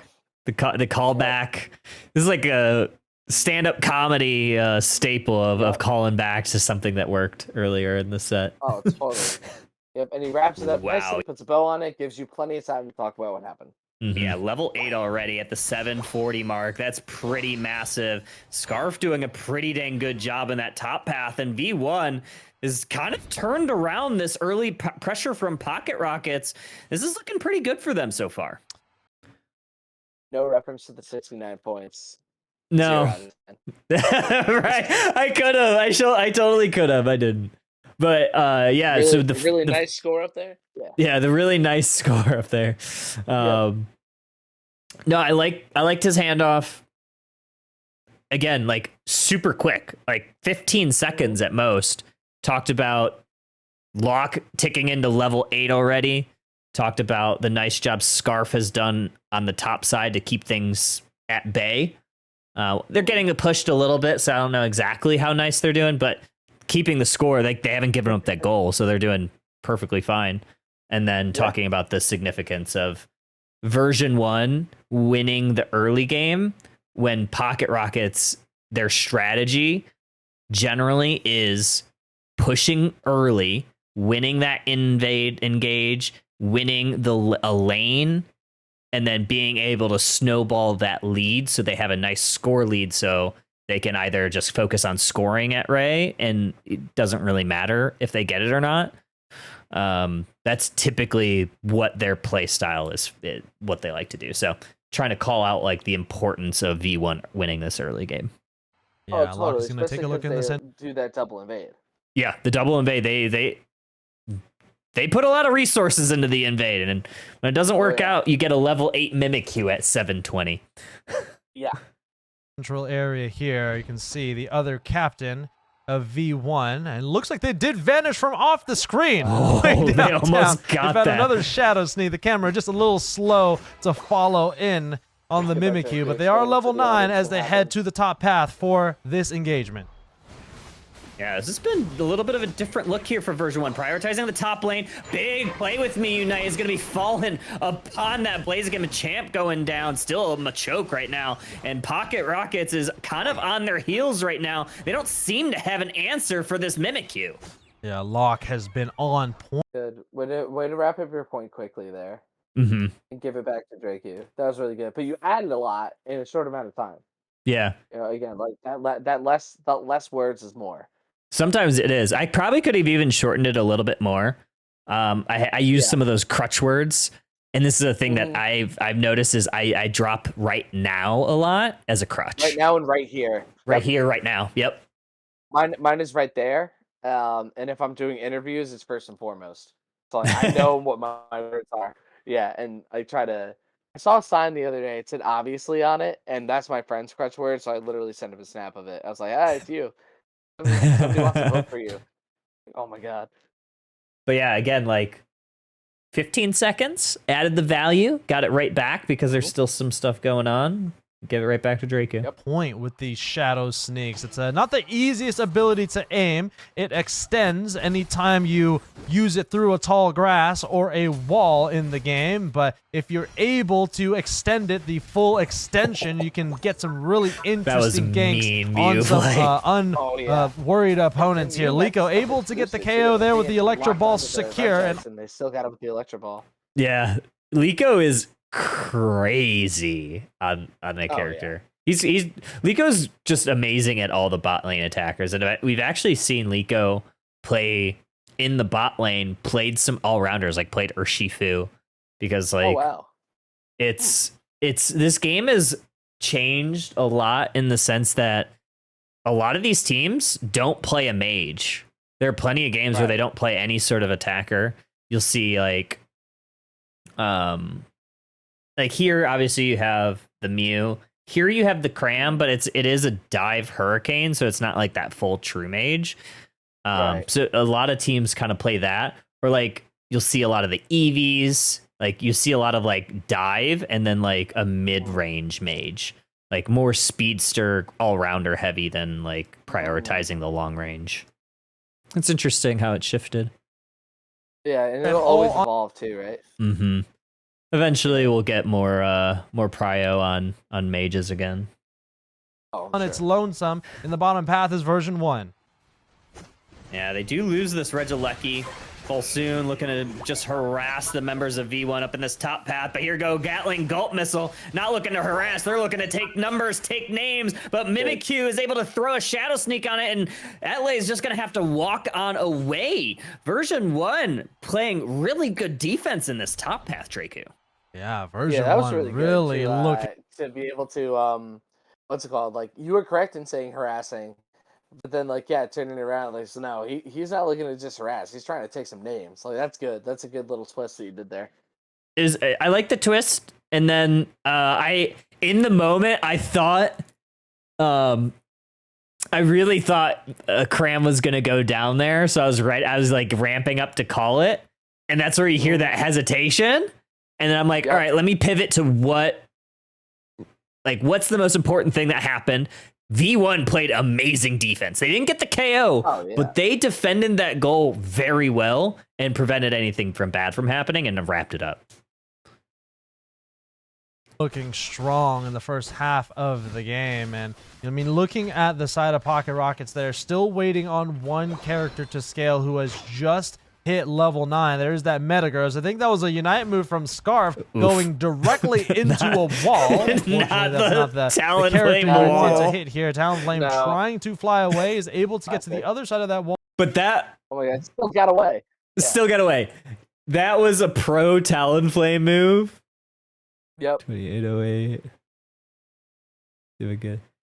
So like that was a That's pro great. tell. They Hit messed level up the 9. There's that Unite Metagross. into I think that there. was a Unite move from Yeah. Scarf going But they directly knew into how a the ball. map works Unfortunately, that's and not timing. the character So you they want to land hit here. Talonflame on trying there. to fly away is able to Yep. get to the other And side of then that it wall pushes them a and little bit escape. extra. But here comes the Metagross entering the Wild. fray. Fantastic. Before we get into this That's next just team knowing fight, your let's go character ahead and there. call in Pierre. Mhm. Oh yeah, this is another part that they do. So Ooh. at the like between 5 and 6 minute, like the halfway mark, Ooh. he calls in Pierre for some analysis of like how the match is going, like a little bit more like pro centric, like what to look out for, how are these matchups turning out. I think it's worked really well. I want to try to start incorporating stuff like this when we have people that are a little bit more in tune with like deep in the meta. So like Ribbon plays on a comp team. So like I'd like to lean into her like doing something like this. But I wouldn't want to do like, for me, I love the halfway mark, but I think like how I would incorporate it just to make it a little bit different and a little bit change it up a little bit. So I don't want to, on a carbon copy of anything. Yeah. But I think like what I would do, it's gonna be called the triple R. Is there's just two facets, right? Yeah. So it'll be like I'll bring in Ribbon, or like I could potentially do it. Husky also probably could do it. There's probably a few other people that play a little bit more. Squirtle could do it if he wanted to. Squirtle will be excellent for it. Yeah. If he wanted to ever do something like that, I think he would be really great at doing something like that. Do it at like the 3 minute mark, between like 2:30 and 3 minutes. So like right before Rayquaza, because at that point you have a little bit more of a concrete idea of how the game's going. Yeah. You understand win conditions, what win conditions are on the table, and what matchups to look for. Because at that point you pretty much know what level Pokemon are going to be going into Ray. It's tough to get more than one level ahead of what you're already at that point. Yeah. So I think like that would be pretty cool to do like right before Ray. And then the second the second part of that, this is where the triple R is. We're going to call I'll call it, as long as Ribbon's doing it, call it the Ribbon Ray replay, the triple R. I love that. Right? A little catchy, kind of fun. Yeah. And then like RQ. And then like she can we like after the match like have to figure a way how this works on the back end, but do a replay of the Rayquaza that can be controlled by Ribbon. She could even like the additional aspect of it is having like teleprompter type of thing where you could draw on the screen, like, look at this, like, John Madden it up. Yeah. Check it out. Yeah. Yeah, the telestrator, that's what it is. That would be cool if you could do something right. like that. But even to be able to break it down after the match, like replays are great, and replays are they're kind of easy too to be able to get into, because you already know what happened, right? Right. So you can maybe see, even if you see something that you didn't catch the first time, like, you've already seen it before. So you can kind of find those little things that are in there, and it makes it easy to explain. It's a lot easier than just, excuse me, going over it again, right. without having the visual in front of you. Right. So that's something that I would like to do. But yeah, watch it. This is pretty cool. He's got the nice little animation. That's awesome. So far, this has been a complete lock takeover. The Mimikyu, something that actually is known to play pretty well into these really weird, kind of all over the place comps when you start to get those Shadow Sneak resets. That was actually nuts if you saw that through 3 different obstacles. Again, he finds the Shadow Sneak. Locke is having just the game of his life right now. It has actually been insane, and he's honestly, his character into this comp plays really well, and he is like played perfectly. like during this, like, and honestly, like, if the people that were doing color commentary only did this type of analysis, even if fights are going on, I'm 100% okay with it, because you're providing like And I think this is a great point, right? Oh, I want to totally. replay this. Yeah. I'm trying to figure out a point and how I want to say this, but I think this is a good example of like there's a lot happening, and this is a perfect example that a color analyst does not need to talk about the fights all the time, even if something's going on. If your job is color, Pure comes in and talks about what he's seeing from a big picture standpoint. And yes, there's a bunch of stuff going on, and he brings attention to it. Like, wow, I don't know if you just saw that, but that was crazy. We'll get to it. But Locke is having an amazing match. It plays really well into this comp. And not only that, but he's hitting all the skill shots. And that is a perfect picture. And you as a viewer, you still are able to see everything that's going on because you have eyes. You could see that he's kind of going crazy, but now you're getting like that really big picture of why it's happening from the person that's supposed to be giving you that information. I think it's so good. Yeah, because you can see what's happening, but like he's giving you the macro of it, right? Mm-hmm. Like why is like let's look, like you said, big picture stuff. Why is this important? Who's doing a really great job in this game? You don't have to put, especially at this point in the game, there's not usually a key fight right around now, unless like there's a full team wipe or like you capture a major objective that somebody else was trying to get and desperately needed. So yeah, it was perfectly timed, like for this little cut. Yeah, because I mean, it's like 5-minute mark. There's no objectives. You don't see, other than like the people that just got KO'd. You don't see anybody like pushing a goal. Like, yeah, now that there's an objectives timer, and now you see both like these three mobilizing up towards here, might try to push this. Like, there's not a whole lot going on, so it was perfect time to bring Pure in, even though like something just happened out of nowhere, which it's Unite. That does happen sometimes, especially it's gonna happen. Especially when there's a Mimikyu that can just teleport like halfway across the map with one ability. Oh yeah. Quickly, and I would say that that's basically what's happening right now. Is he's just having a takeover on Mimikyu. Yeah, Locke is definitely putting his team on the back, trying to keep his team in this tournament. Thank you so much, Pierre. We'll check in with you at the end of this game.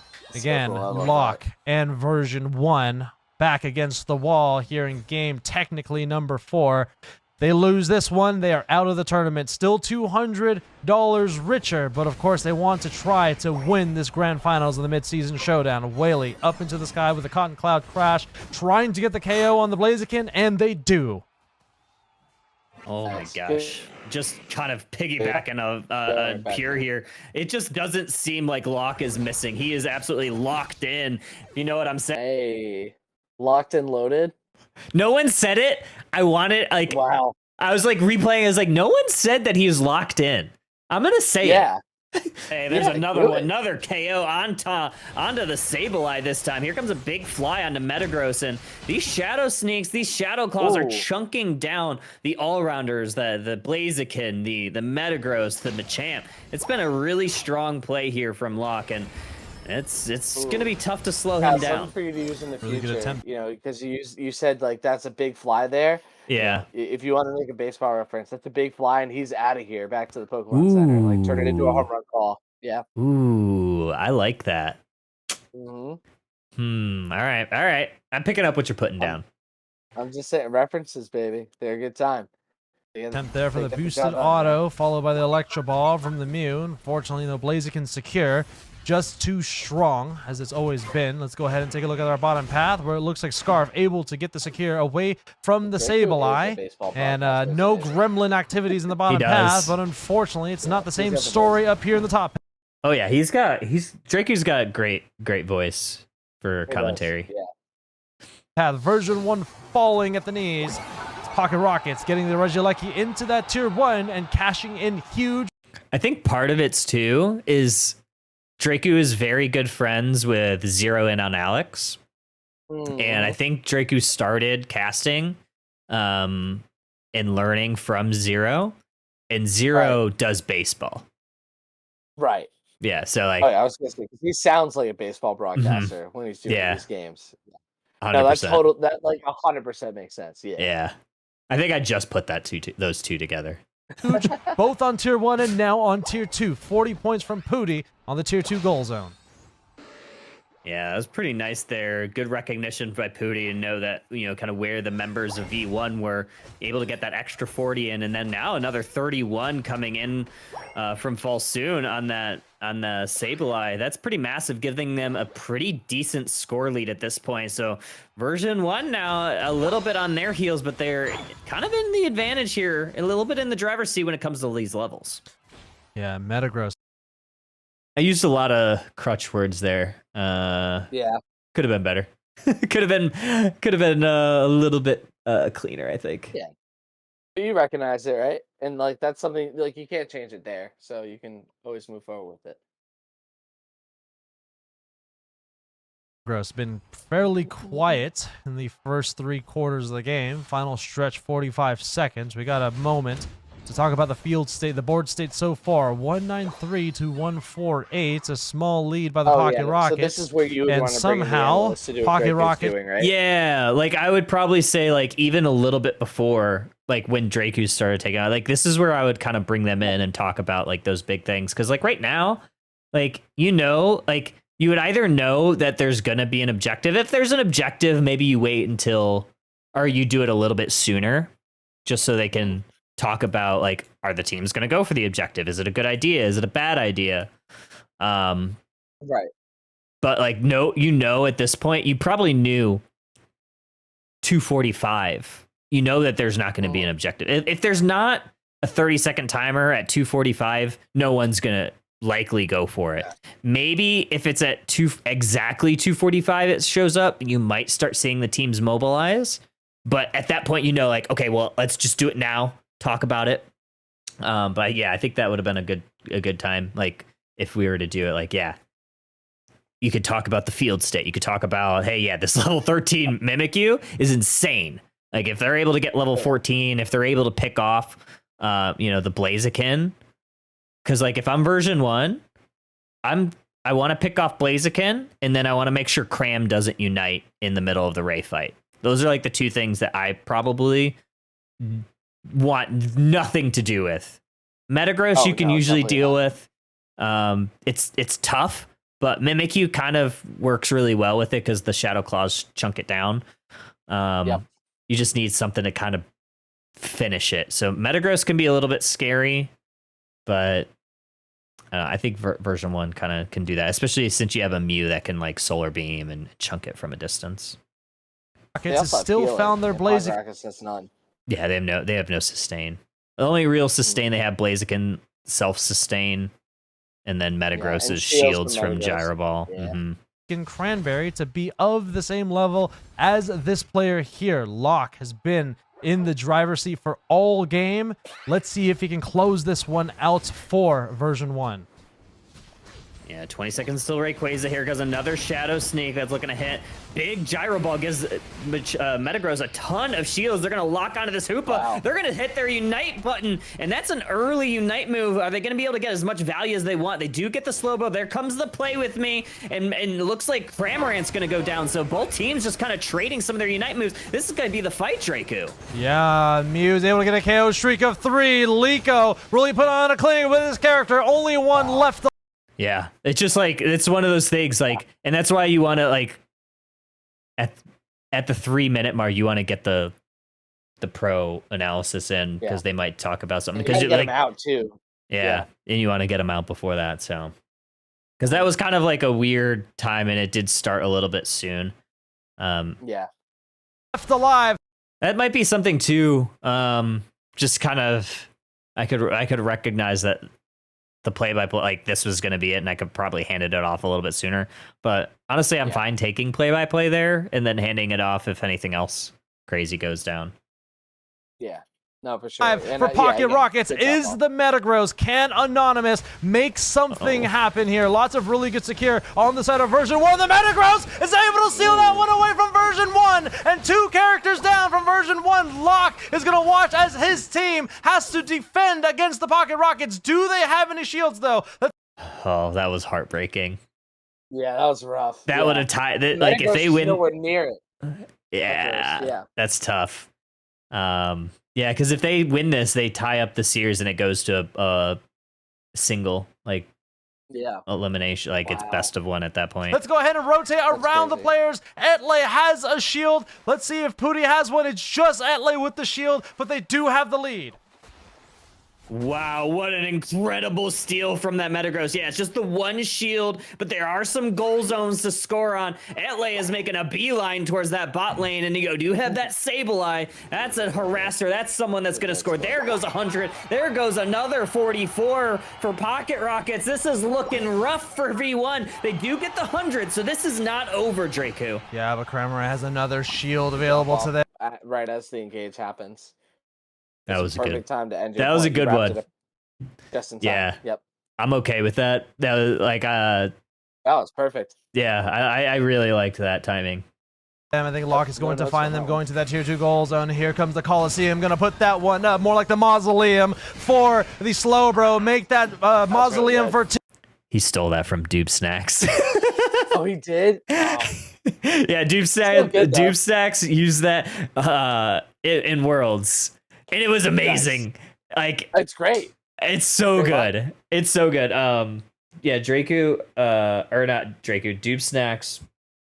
When Husky and I were doing our watch party for Worlds, we were just making notes of like every new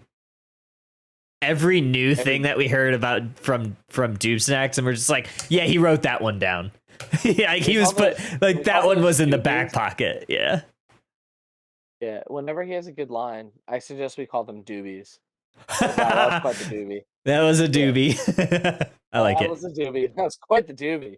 Yep.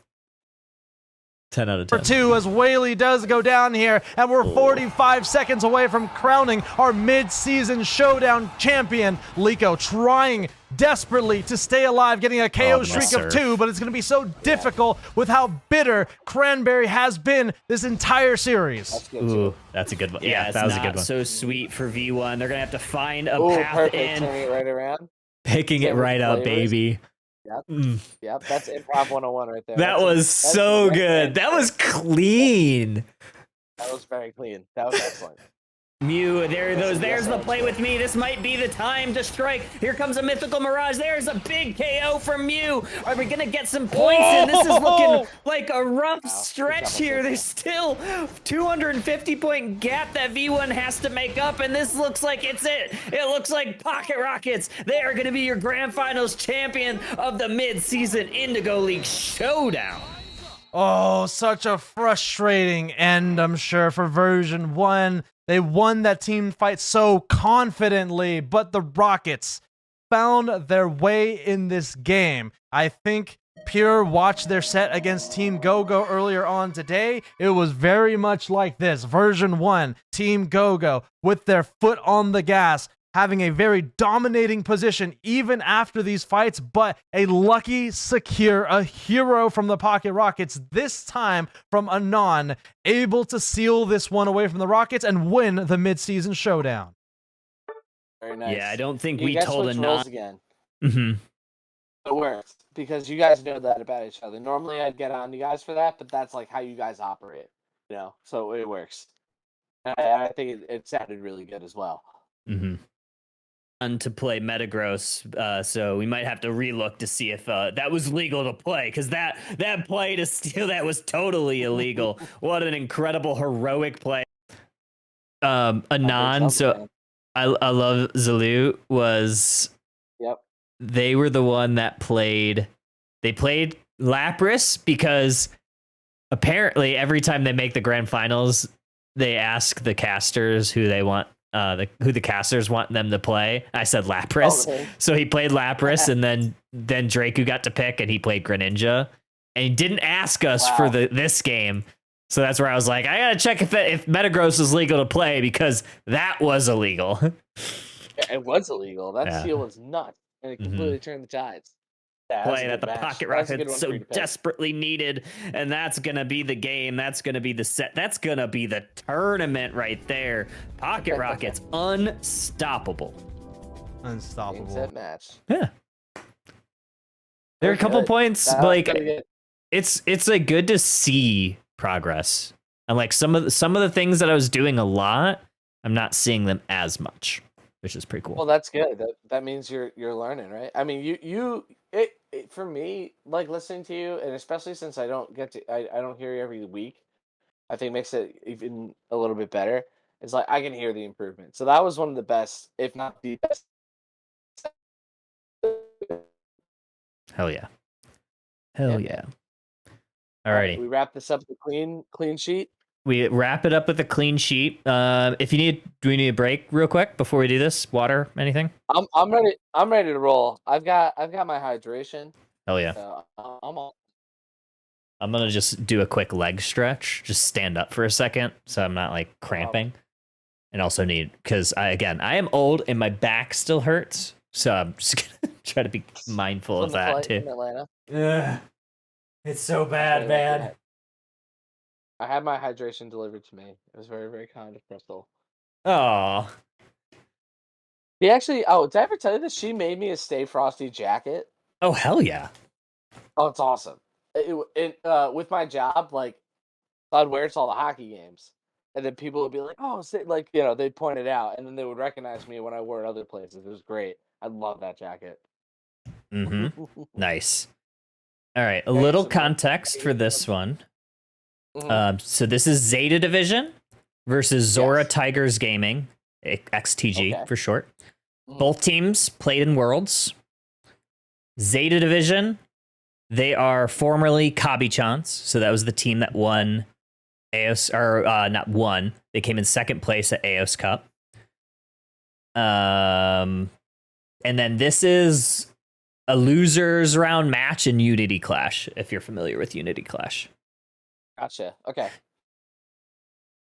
And then, cool. And then, do you want to do play-by-play or do you want to do color? I'll do color. I want you to do some play-by-play here. Oh God. Okay. Yeah, you got it. All right, I'll lead us in. Yep. And then for play-by-play. Yep. I need one more swig of the Gatorade. And we got this is a new flavor that I saw, and I was excited to try it. Lime cucumber. Ooh, I've heard of the regular cucumber. I think the lime is probably what it needed. It's pretty good. Yeah. Yeah. It sounds refreshing. Honestly, I want to put this in a cocktail. I want to put this in a cocktail. I'm not gonna lie to you. It's actually good. Baja Blast from Malibu? No, but that is gonna be something I do this weekend. It's delicious. It's tropical. It has everything you need. Okay. Good to know. Yeah, I love Baja Blast, so. Oh, it's incredible. And now they bottle it? Come on. Alrighty. We're gonna bring us in. Roll. Alrighty, Zora Tigers Gaming, Zeta Division. And we're gonna go in 5, 4, 3, 2. And welcome back, Pokemon Unite trainers. We're getting back in Zeta Division, Zora Tigers Gaming. We got the losers round match here, and Zeta Tigers kicking it off with the Umbreon ban. Yeah, already two evolutions off the board. I mean, come on, Kyle. That has to be expected here. The ban list should pretty much be like, all right, pick 3 evolutions and they get another one. Yeah, we're going to see what's happening here. Charizard, another Pokemon that a lot of these Asian teams do not like playing against. And so that one's going to get the ban hammer. No Charizard for either team here. It's good that Charizard is finally caught up in Unite to where it is, and pretty much every other Pokemon property as, Nintendo's favorite child. What's going on it's finding itself banned this time around, so, unfortunately for Satoshi and friends, they won't get to see it out here on Eos Island, but again, it's actually really cool to see Charizard get to the level where it's getting banned, because it was so bad for so long. Ban the Charizard, ban the Ceruledge, and that gives you the Blaziken. Zeta Division, though, they're going to combat that with the all-rounder of their own. They're going with their Shifu. Be interested to see if they're going to go with the Water Bear, that's the Rapid Strike, or the Punch Bear, that Single Strike.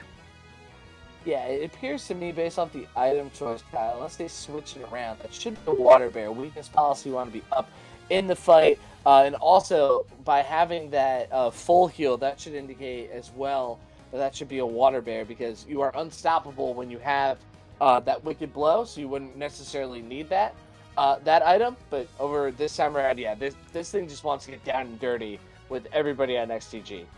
Yeah, if it does go the water bear, they're going to be facing that Clefable, so that gravity is going to be very important for Zora Tigers Gaming, making sure to put that down. They grab the Mamo, and then Zeta Vision are going to combat that with the supporter of their own. They're going with Blissey, and then also a Speedster in that Dodrio. Yeah, very surprised Dodrio comes in. It almost has to be Tri-Attack, right? Because you can't be dashing around drill pecking when there's gravities left and right all over the place. I mean, holy counterpick, Batman. You know, Showa did a really good job preemptively counterpicking for the Dodrio, and of course having the perfect counter for Water Bear. Oh, and look at this counter. They're going to grab that Espeon, another Pokemon. I imagine it's going stored power. Looking to slow down that Dodrio. And then they're grabbing the Speedster of their own. They're not going slow. They're going fast. Zeta Division, Tomato, going with the Crustle. We saw them use it in Aos Cup. We're going to see them use it here today. Yeah, Crustle's job here is to be that pure defender, right? If, and it's a big if, you can catch Zoroark at some point inside of an X-Scissor or something to that effect, then Crustle will be really valuable. If it can't, and if Mule is just dashing all over the place, then, you know, it's going to be a very long day for our Hermit Crab friend over on the right side. But again, liking the diversity in the picks over on the left, you know, Zhang obviously very comfortable on the Blaziken. You get that little bit of range, Kyle. You're talking about the meta shifting a little bit away from mages, but a good in-betweener there with the Espeon. And then over on the other side, I mean, talk about range. You got yourself a nice little snipe shot and Inteleon. That was clearly a priority for Zeta. Yeah, the snipe shots do hit like a truck when they are allowed to be played. A lot of the grassroots divisions banning it because of a bug, but when you have these pro competitions, a lot of the pros want to mimic what's going to be seen in Worlds. Both of these teams are on their way to Hawaii. Might be a little bit of a preview of what we'll see there. And Inteleon, that Pokemon is still strong. Those snipe shots, we'll see if it goes it. But here we go. Losers bracket, Zora Tigers Gaming, Zeta Division, and here we go. Again, I'm really curious to see how Zeta handles what is almost certain to be a Gravity Clefairy. Do they pivot over away from Water Bear to Dark Bear? And another reason why you might want to do that too is just to add a little extra element of secure. Kyle, I would also have to say, again, with Clefable over on that left side, that has to be a Tri-Attack Dodrio. Otherwise, you're going to be stopping your tracks for the entire 10 minutes. Inteleon, that little Sobble does secure. Does what it does best in that early game with those water guns and those crits.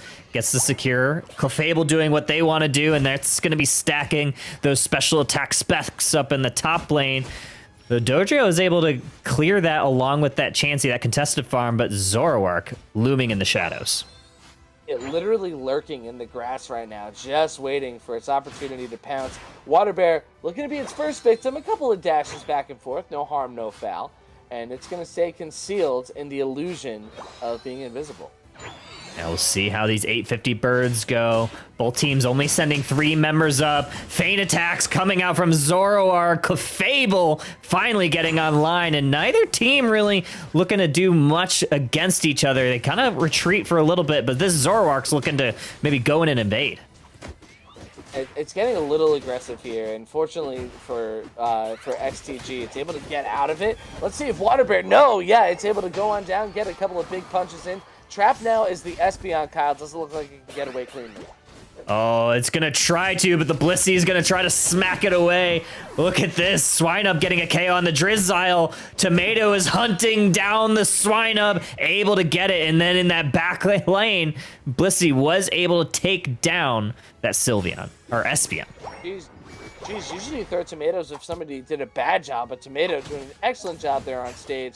Really setting the scene, and again, that's the defender's job, right? Getting into those dirty areas of the map, setting up the rest of your teammates. An excellent job so far from their level 5 Crustle. And you're right, we do have a Tri-Attack Dodrio. Blissey going to try to farm that backline. Zoroark again looming, waiting, lurking in the top grass, looking for their opportunity to score. But we have some upbees. They got the Piloswine going to be going with that Ice Fang build. Oh, I love Ice Fang. Ice Fang is another good opportunity to slow down some of these engage-heavy Pokemon that they have. You know, Water Bear, not unstoppable when it's in the middle of its rapid strikes there, or surging strikes, I should say. So if you can pick it up with an Ice Fang, it's kind of game over there, and you're able to catch that Urshifu and get it out of the fight. Yeah, not getting out of the fight is this Blaziken looking to just score on in. Leaving that goal at 1. Zoroark just going to elect to break it. Not the greatest overcap, but they're going to go ahead and break it because they're going to look to take that Regieleki off the map. Yeah, and again, you know, they realize they're behind a little bit. They want to force some map pressure. If you see that happen in your solo queue game, you have every right to be a little bit irate. But in this case, you know, this team has a plan. They know what they want to do. Although, right now, it doesn't look like they're really going to prioritize pushing this in, Kyle. It looks like they're going to try to break this bottom tier 1 goal, or at least try to get some buffs for their trebles.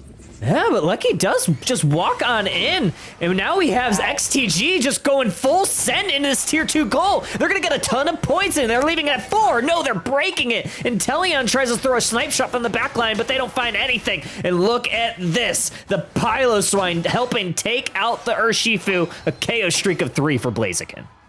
Wow, if Zeta ends up losing this match, you can point to that exact moment as to why. There was no reason to let that Alecki go in. They had 2 members of their team right there, waiting up by the goal zone, ready to catch it. And then XGG was noticing, it's looking a little soft up there. And then, yeah, they just let it waddle right in. So, yeah, if I'm XGG, even if you take some KOs there, which they really didn't, they did a really nice job cashing in and now taking their second goal zone from the top. Yeah, maybe they didn't take too great of offense to that. They're just going full send in the XTG's side now.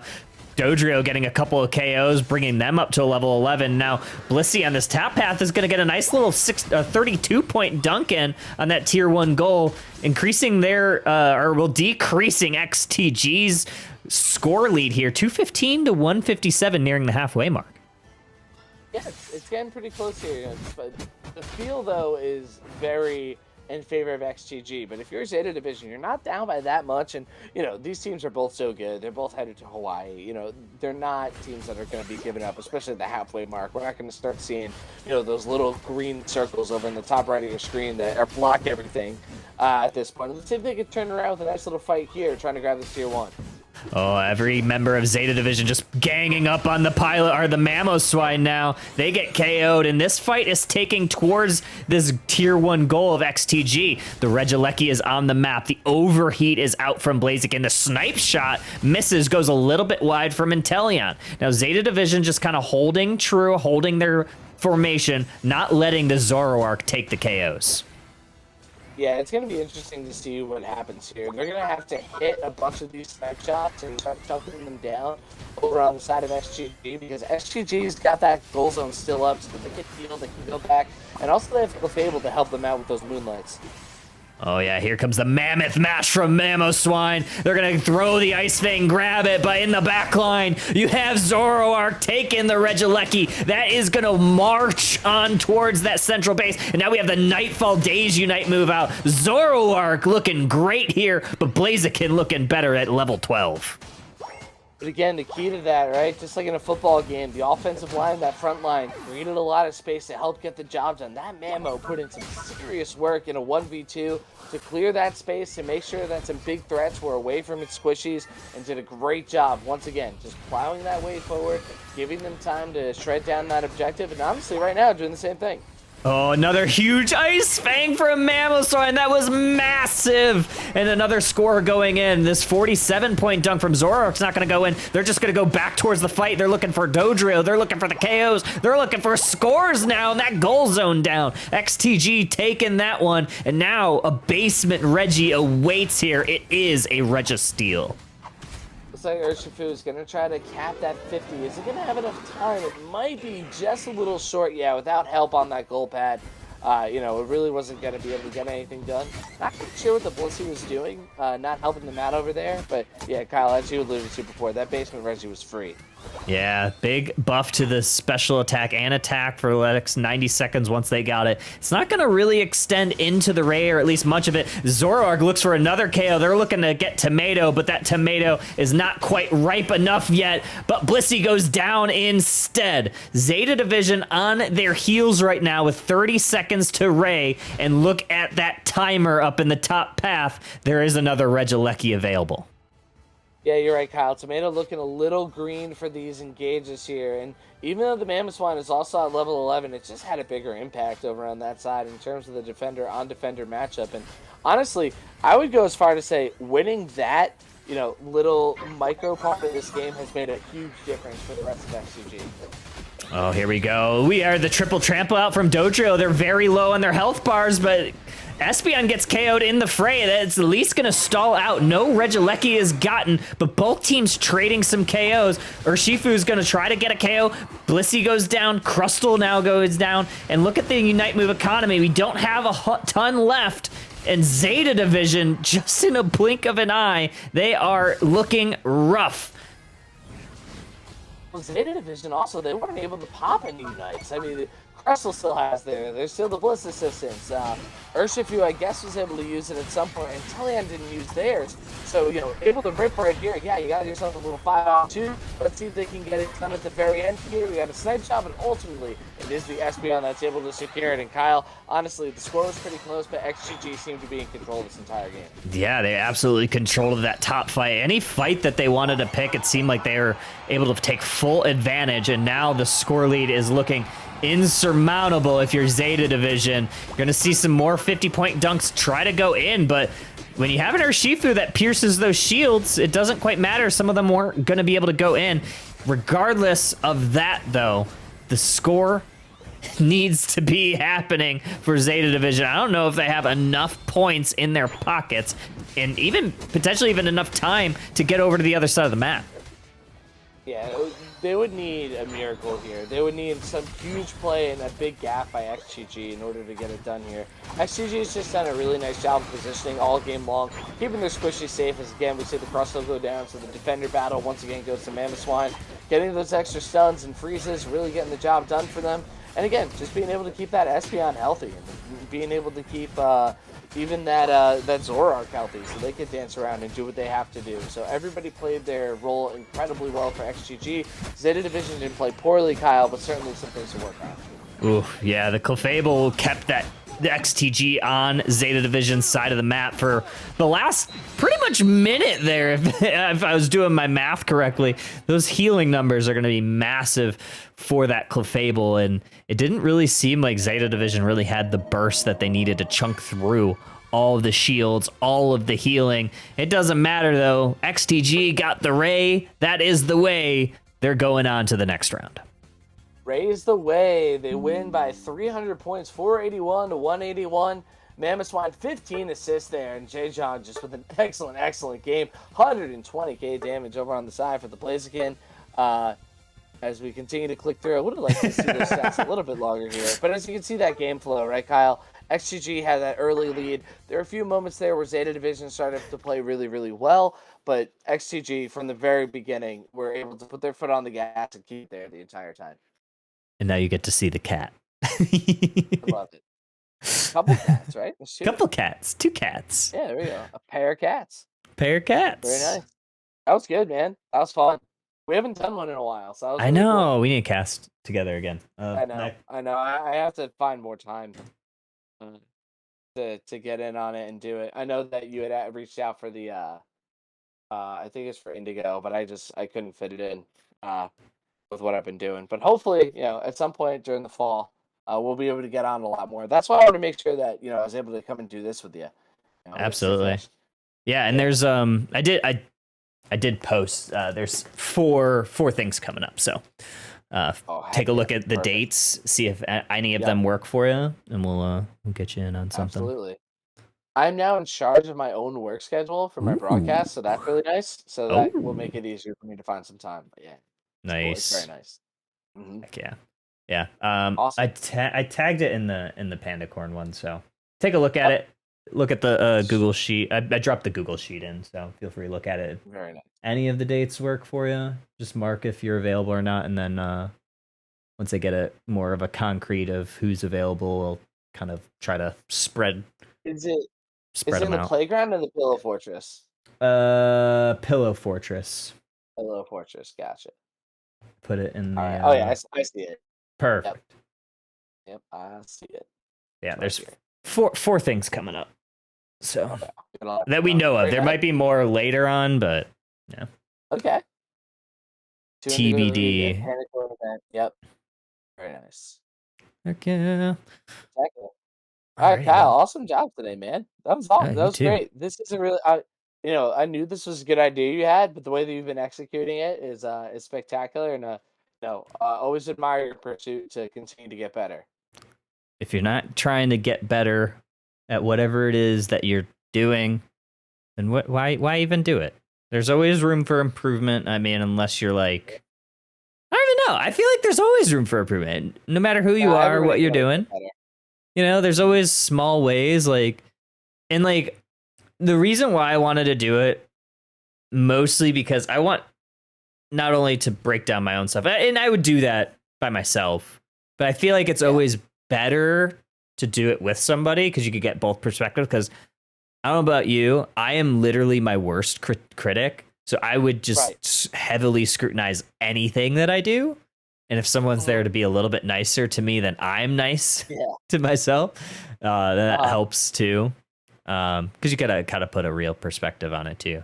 And then just in general, I don't think enough people break it down enough. And there's so many smart people like you, D'Lo, fantastic casters, but y'all don't do just Unite. You do other things, so you could bring that unique perspective. So I want to bring people have other perspectives. No, that's perfect. Yeah, I like to sometimes have some of my friends listen to what I do, or even if my girlfriend Crystal's watching again, I'll be like, hey, is there something that you liked or something you thought was kind of weird?